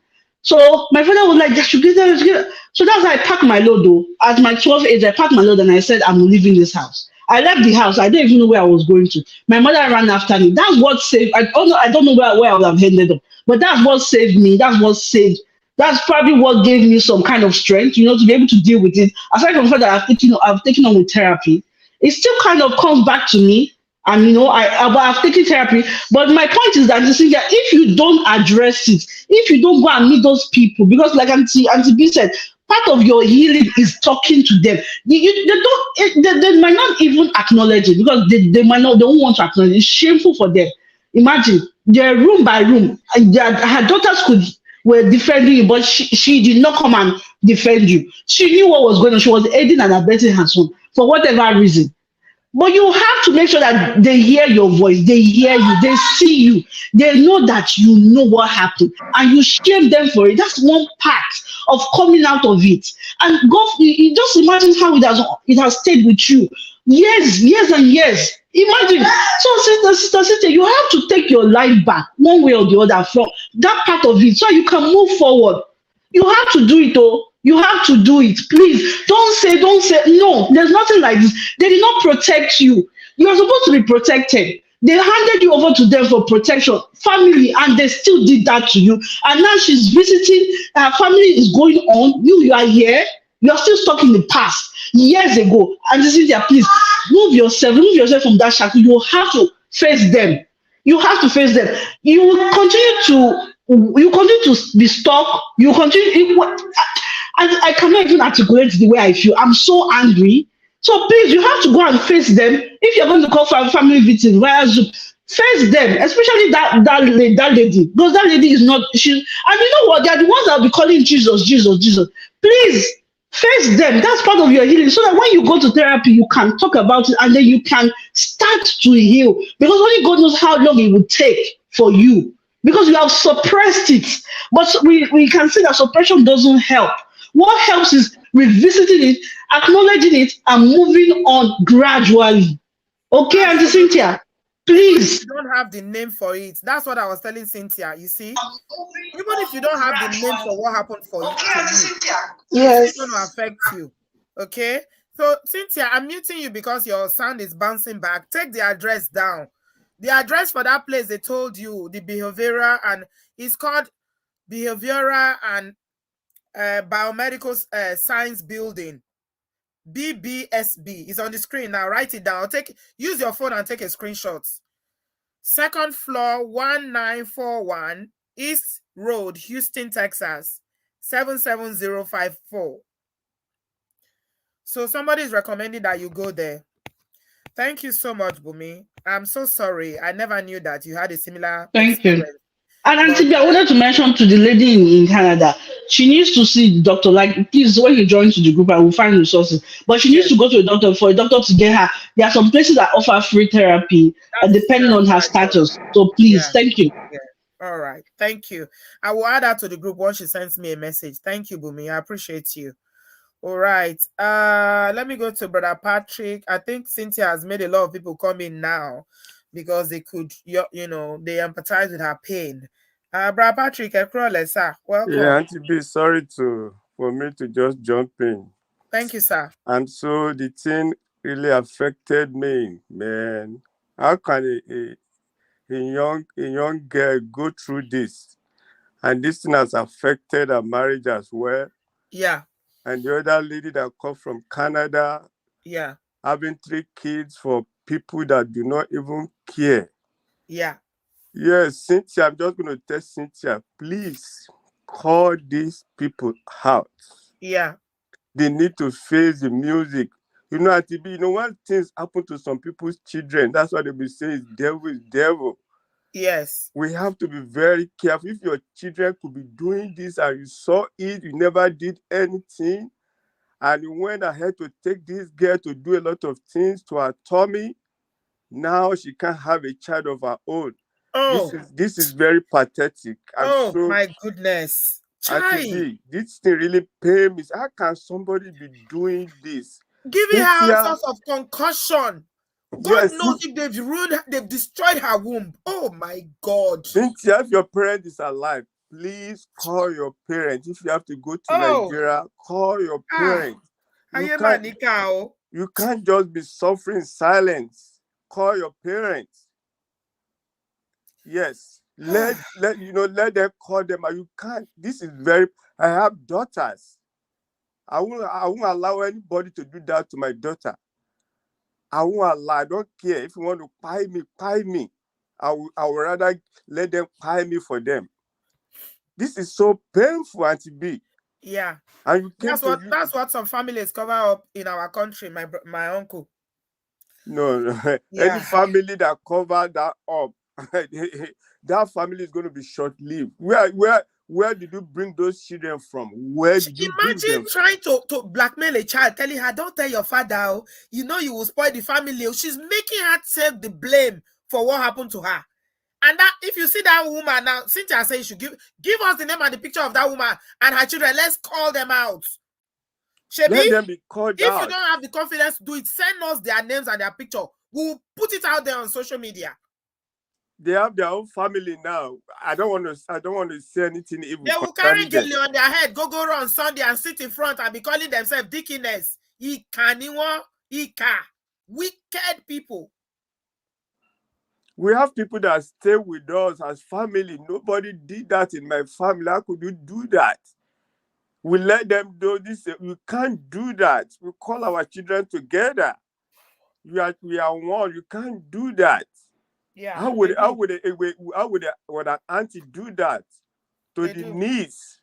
Please, Cynthia, you are no more a baby. Call your parents. You are in America. You know how many people are in America? It's a free country. Go to Nigeria. Let them know. I saw her. She had a video on, so I was looking at her. It seems like, when these things happen to you for a long time like that, they finish your confidence. And so that confidence is not she's there. She's on medication. She's developed mental health issues. That's what she said.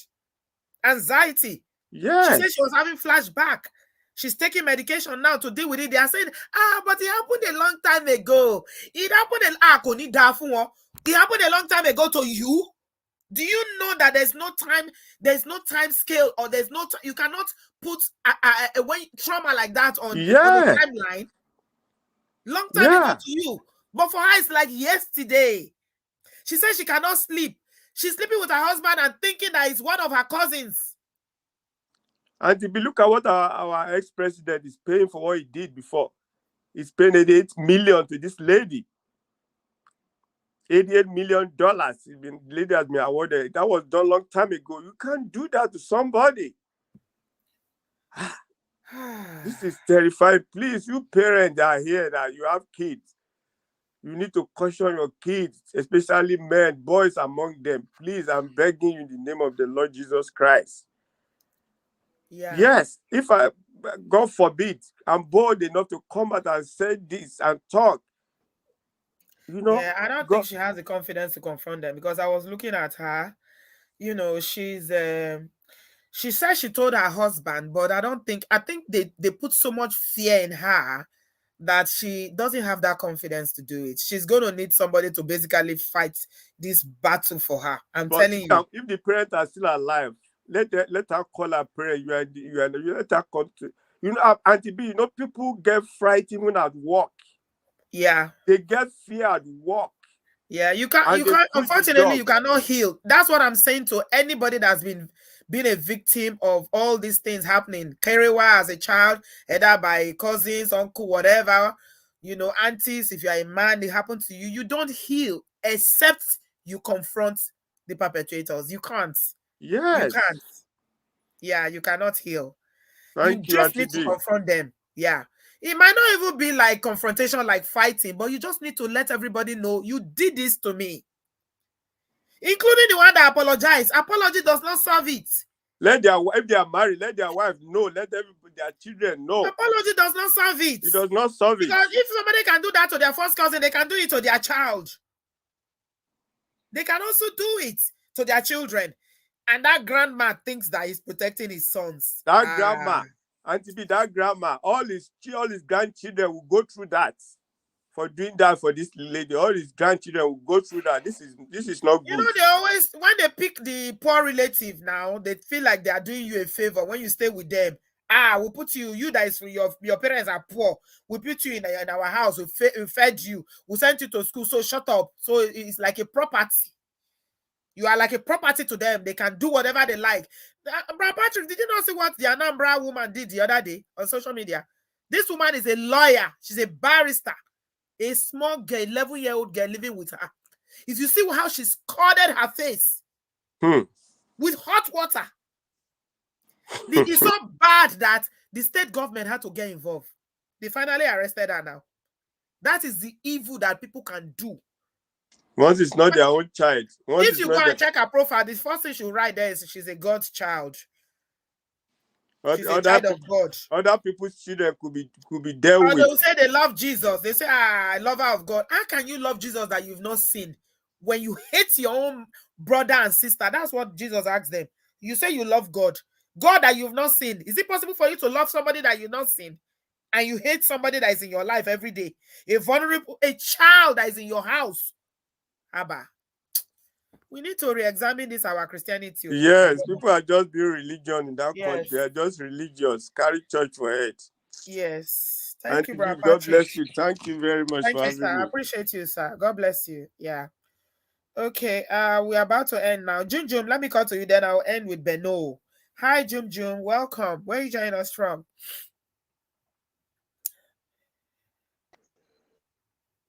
Hello, Jum. Can you hear me? Yes, I'm here. I can hear you. Can you hear me? Yes, my dear. Yes. Good afternoon. I am boiling. I am angry, Auntie B. I know. Kò ní dá fún gbogbo wọn níbi tán bá wà. Kò ní yẹ wọ́n lẹ́yọ kọ̀ọ̀kan. Kò ní yẹ wọ́n. The pain that they caused this lady, gbogbo ara mi ó ń shake ni. And also looking at that man that was able to stay with her for 12 years, if not for this one stupid act of this very stupid but I cannot imagine, like, for the rest of her life, living with this experience. But her past caught up with her present. You know? God. Yeah. Her past caught up with her in her marriage. Yeah. Auntie B, I want to throw a little light into this conversation.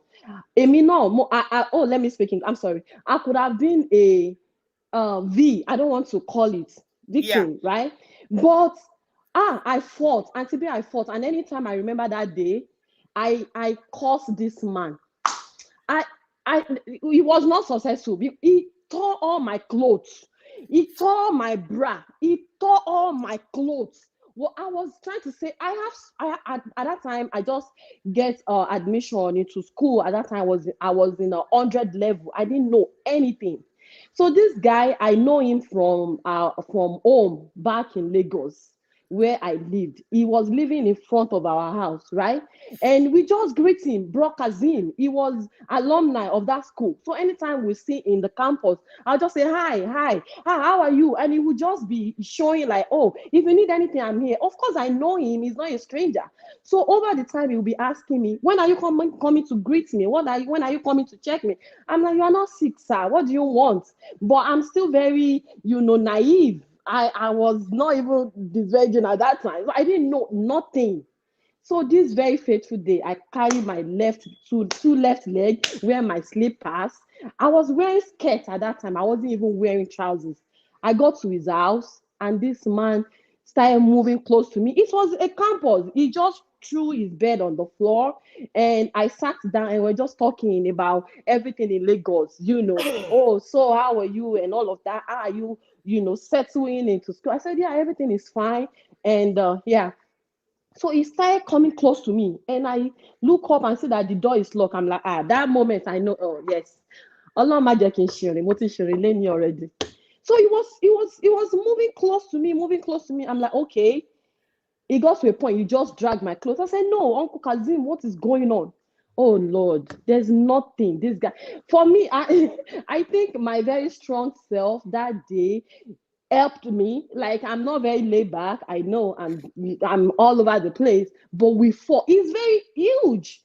And then was asking me, do I do blood covenants with my boyfriend? Because I said I have a boyfriend. I don't have any boyfriend. I said, yes, we do blood covenant. Yeah, I will fight if I do anything. There's nothing this guy did not compare me to. It's usually people that that will try to take advantage of you. And then he was saying, see your $50 bra. If you allow me, I will buy this for you. I said, no. And as we are dragging it, that is when the sister comes in. I know the sister. We are like family. And then immediately I saw the knock on the door. I quickly jump up like, oh, thank you, Jesus. Then the sister walk in, I just walk out. The whole house should hear, and I walk away. Now confronting them, up until today, when I go back to Lagos, when we see, I cannot confront him, but I will disrespect him to the point that people will be looking, what's wrong with this guy? I can't say it because I always think that people will not believe. People will not believe. I just keep it to myself that anytime it comes to buy something from my mom, I will just be like, we don't have, and we both know one. Brother Kazim, Brother Kazim, Olori Buruku Alaye Baje. We both know what went down between both of us, but nobody else know. And I don't know how to even say that this man does this. But I don't know how people would tried believe. It. Thank God that you are feisty and you're able to fight back. And I fought that day. I can Sometimes never forget. I don't know what my life. Yes, I don't know what my story will be today. I'm very confrontational. You can't just take anything. And I'm not talking down on this lady. Of course, we are different. See, I'm just trying to, sometimes you just have to like be in people's face. Like, this guy is so huge, like times 2 of me. He tore all my clothes. I dragged all my clothes to my chest like this till I walked down to my hostel. People were asking, what happened? What happened? It's like I'm dreaming. That is why I was so angry at, imagine something like that went through. Now I cannot have children. I don't know what life would have looked like for me today. I'm so angry. And this is even family. For this lady, mine is not family. It's just like a neighbor in the front of my house. This is crazy. And I hope she get every help that she needs. I hope, I don't know. Yeah, but me, I thought, family. Most times, especially when it happens to little children, it's always family or friends, people that are local, people that they know, people that they trust. It's trusted people. Yeah, because we attended to the same school. I was telling my husband just a few weeks ago, and he was like, "Are you sure?" I said, "Yes." And then he said, "You could have told me. I would do something." I said, "All these people that they belong to cults, I can't. We would just be in danger together." And I said, "And I've been in America for the last 10 years. I've not been home. I've not traveled because I have 3 little children. It's not easy." I said, anytime I set my eyes on this Kazim of him, I will first of all slap him, give him a dirty slap. If you say anything, I'll slap you again. If you say anything, the anger in me, the day I set my eyes on, you didn't even succeed, and you are raging like this. Actually, he didn't succeed though. Even the attempt, I said, anytime I set my eyes on this man, I will going to collect. He will collect. So now I have the power. What do you want to do? You are not playing, no. I am not playing. You attempted Kerewa. Attempted first Kerewa. He will collect. He will collect. Imagine Brother Kazim, you watch out for Jum when she comes to Lagos. You collect. For the attempt, imagine now if it goes through. I don't know what I will have done. Because it's crazy. You don't do that. The thing that makes it very painful, because you are a virgin, that will be your first experience. Oh, and you will never forget it. Like, I will never in my life. I don't care what the gospel of Jesus said we should forgive, I'll just forget somebody that take advantage of me without knowing nothing. I'm so innocent. I was just looking at him like my big brother. You have some good big brother that you can actually call, this boy is disturbing me. Can you help me beat him up? That is what I was thinking of him, not knowing he's trying to prey on me. You don't do that. I will slap him when I see him in Lagos anytime I travel. I'm so sorry for this sister. I'm so sorry, and I hope Thank you, June that June. God, everything turns around for her. All right, Auntie B, Amen. let me calm down. Thank you. Thank you. Bye. June June, thank you. Eshe God, you. Thank you. Brother Kazim, watch out for June June. You have been you are put on notice. Queen Amma said, I can imagine my dad almost did this to me. Started by his sudden death, kisses when he returns from work with a romance, sending my siblings unimaginable messages. My mom was at her shop. I told my mom. What did she do? I'd like to know what your mom did. Queen, tell us why I take Brother B. Guys, please like this video. Help us to like this video if you haven't done so. A lot of people have not liked. Let me see the likes. While I bring in Brother Ben, while we end the show together. Thank you, everybody, for liking. If you haven't liked, take a minute to like this, please. These are real life stories. You see why these live shows are different. When we start it, it can just take another turn. People will just call in because people have confidence in us that, we're not going to shut them down. It's a safe place where people come in to share their experiences, and we're always here to listen, learn, and, help with the little that we can. Thank you, Unlimited Grace. She said, Auntie B, I'm so blessed watching your live stream as usual. This is more than a church service. Thank you, thank you, thank you. I'm grateful, Grace. God bless you, Unlimited Grace. So, Brother Ben, over to you. Ṣé ẹ bá wa lọ kìlọ̀ fún Brother Kazeem pé ó ti ṣorí orí burúkú fẹ́ dé bá ní Lagos ibi tó wà yẹn, that June is coming. June is getting ready. That brother deserves to go to jail and to be. Yeah. Actually, I just called in because of that lady from Houston. Her story is so compelling and touching.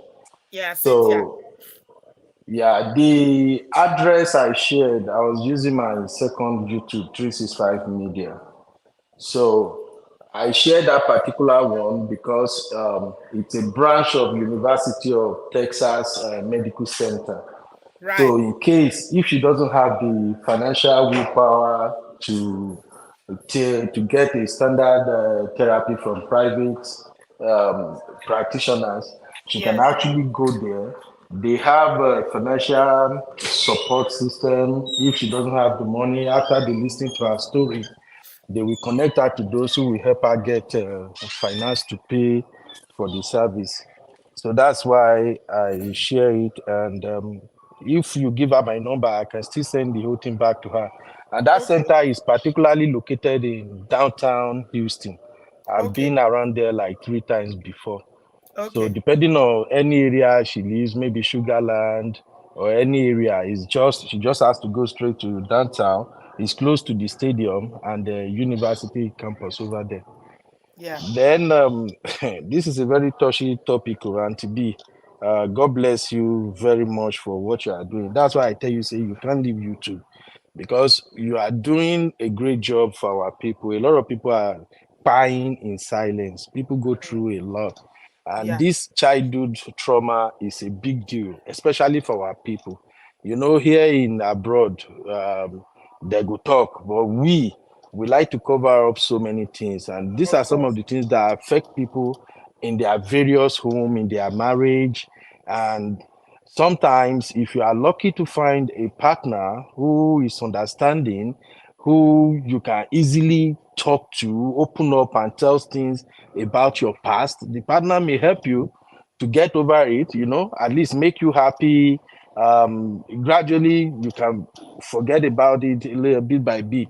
But in a situation where some people are married to a partner they can't even talk to, or a partner that we even think something else, because all these essay we are talking about now, some of our African men, when you tell them what you don't pass through in the past, regarding Kerewa, they start looking at the woman from a different lens, and it's just another story entirely. So I think that's why a lot of women don't open up even to their partner.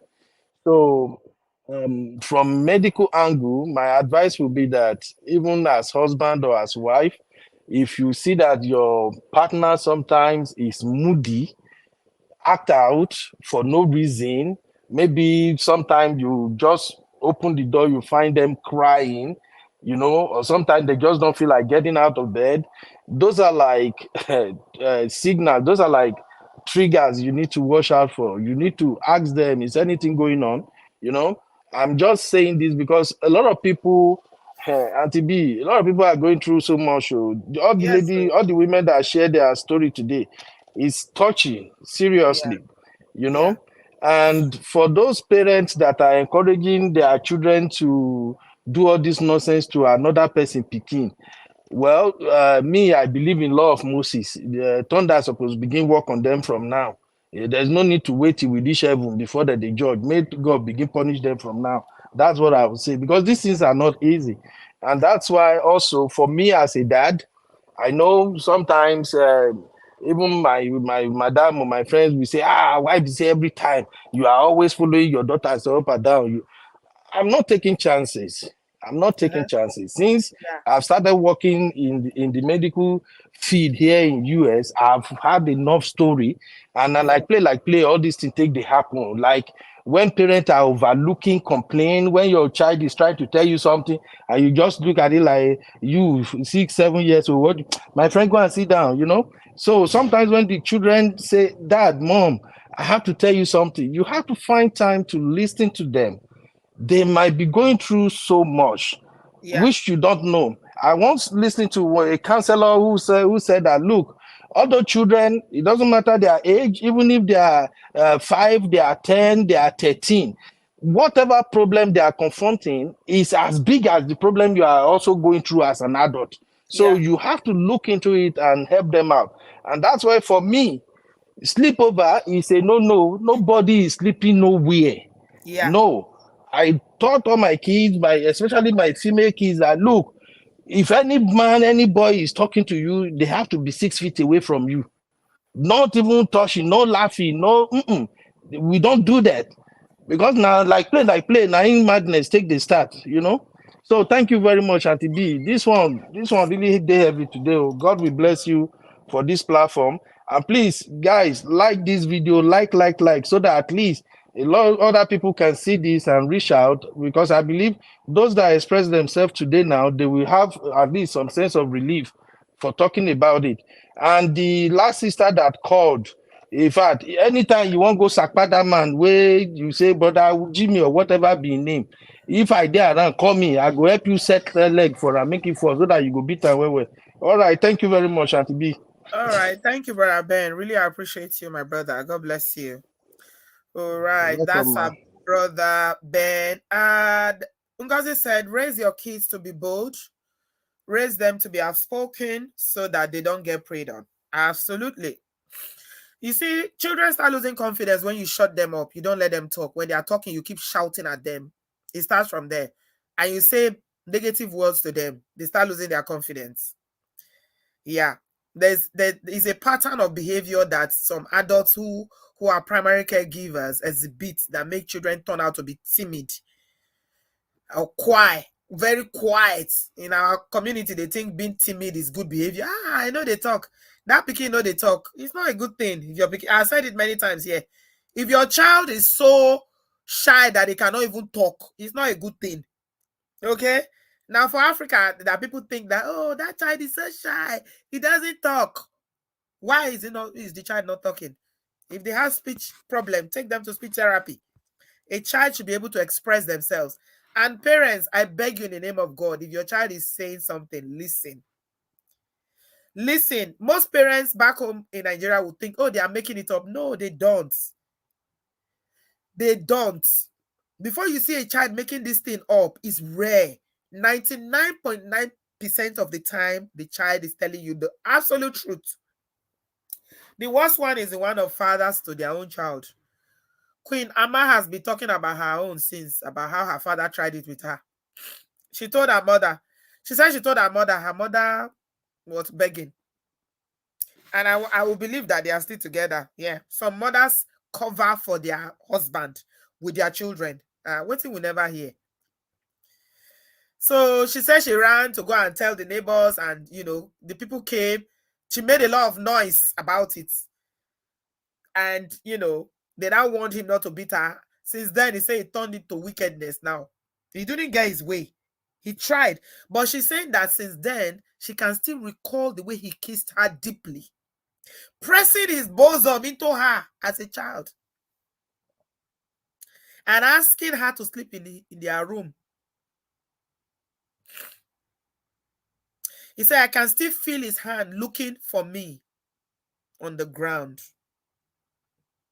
That one is the one that is the worst one, your own father. I don't even need to know to ask Queen. You don't have any relationship. And for the mothers that cover up for their husbands that do this, your old age go bad. You go bad, though. Honestly, you think care home is the worst thing that can happen to adults? It's not care home, oh. It's not. There's something worse than care home that will happen to parents, mothers who condone this kind of behavior, because all in the name of family name, all in the name of he's your father, he's my husband. Some will even be jealous of their daughters. You want to steal my husband? Hey, it's because of the way you are dressed. Is you this child? Waiting will never hear. It's Bo TV. Thank you very much for the super chat. I truly appreciate. God bless you. Thank you. Thank you. Yeah. We're just going to summarize it by saying that Lady Tem has just said it for us. Not all parents are qualified or fit.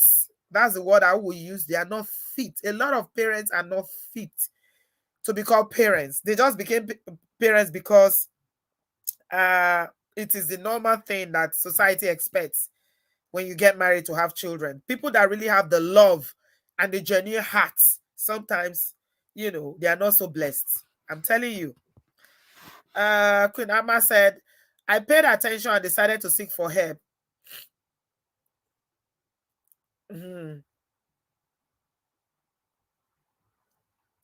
Yeah. Yeah. If your mom is covering, do you know how many people he's tried it with? If you have other sisters, you better be sure that you are not the only one. It is well, oh. May God help us. Children don't ask to be born, right? But once you bring them into this world, it is your duty and your responsibility to ensure that they are safe. There is no excuse. You must protect any child that is within your care. You must. It is a duty not just given to you by, nature or nurture. It is a duty that is God-given duty. You must protect children because they cannot protect themselves. Parents, we need to do better. And for the story of the young lady that I shared at the beginning regarding her marriage, a lot of people have suggested therapy, going to see someone, talk to someone. But I'm just going to say, like I always say, don't start what you cannot finish. Anything you can, the behavior you don't want to continue. You teach people how they will treat you. So if you don't want something to persist, don't start it. Once the other person is starting, you say, no. Just put your boundary there. Say, no, we're not going there. I'm sorry. You don't have to be rude. You can be respectful, but tell the person in the most polite way that, no, this is where I draw the line. I'm not doing this. So if you want to go and do threesome, or you want a second wife, you want to do polygamy, you can, but I'm not going to be part of this, because once you allow it, it's a slippery slope, like Honey Babe said. It just go downhill. I pray for everybody that is hurting. Corey, thank you so much for that super chat. God will bless you. I appreciate you. Yeah. Oh, Queen is still giving her story. She said the dad hated her and set her off the house one day. Even my mom later separated before he died. It's unfortunate. Yeah. Everybody, I mean, a lot of people are affected by this thing, and a lot of people will not speak out. It's affecting their relationship, it's affecting their marriages, and it's affecting their mental health. In the case of Cynthia, you saw what happened. So, Cynthia, if you didn't get that address, send me a message on WhatsApp later. I'll send it to you, right? I'll get Brother Ben to link you up with the service. I'm sure you'll be able to get some treatment that is not going to cost you money. Thank you very much, everybody. Thanks to everybody that called in. Thanks to all the people that gave me super chats and those who contributed in the comment section. To every heart that is hurting,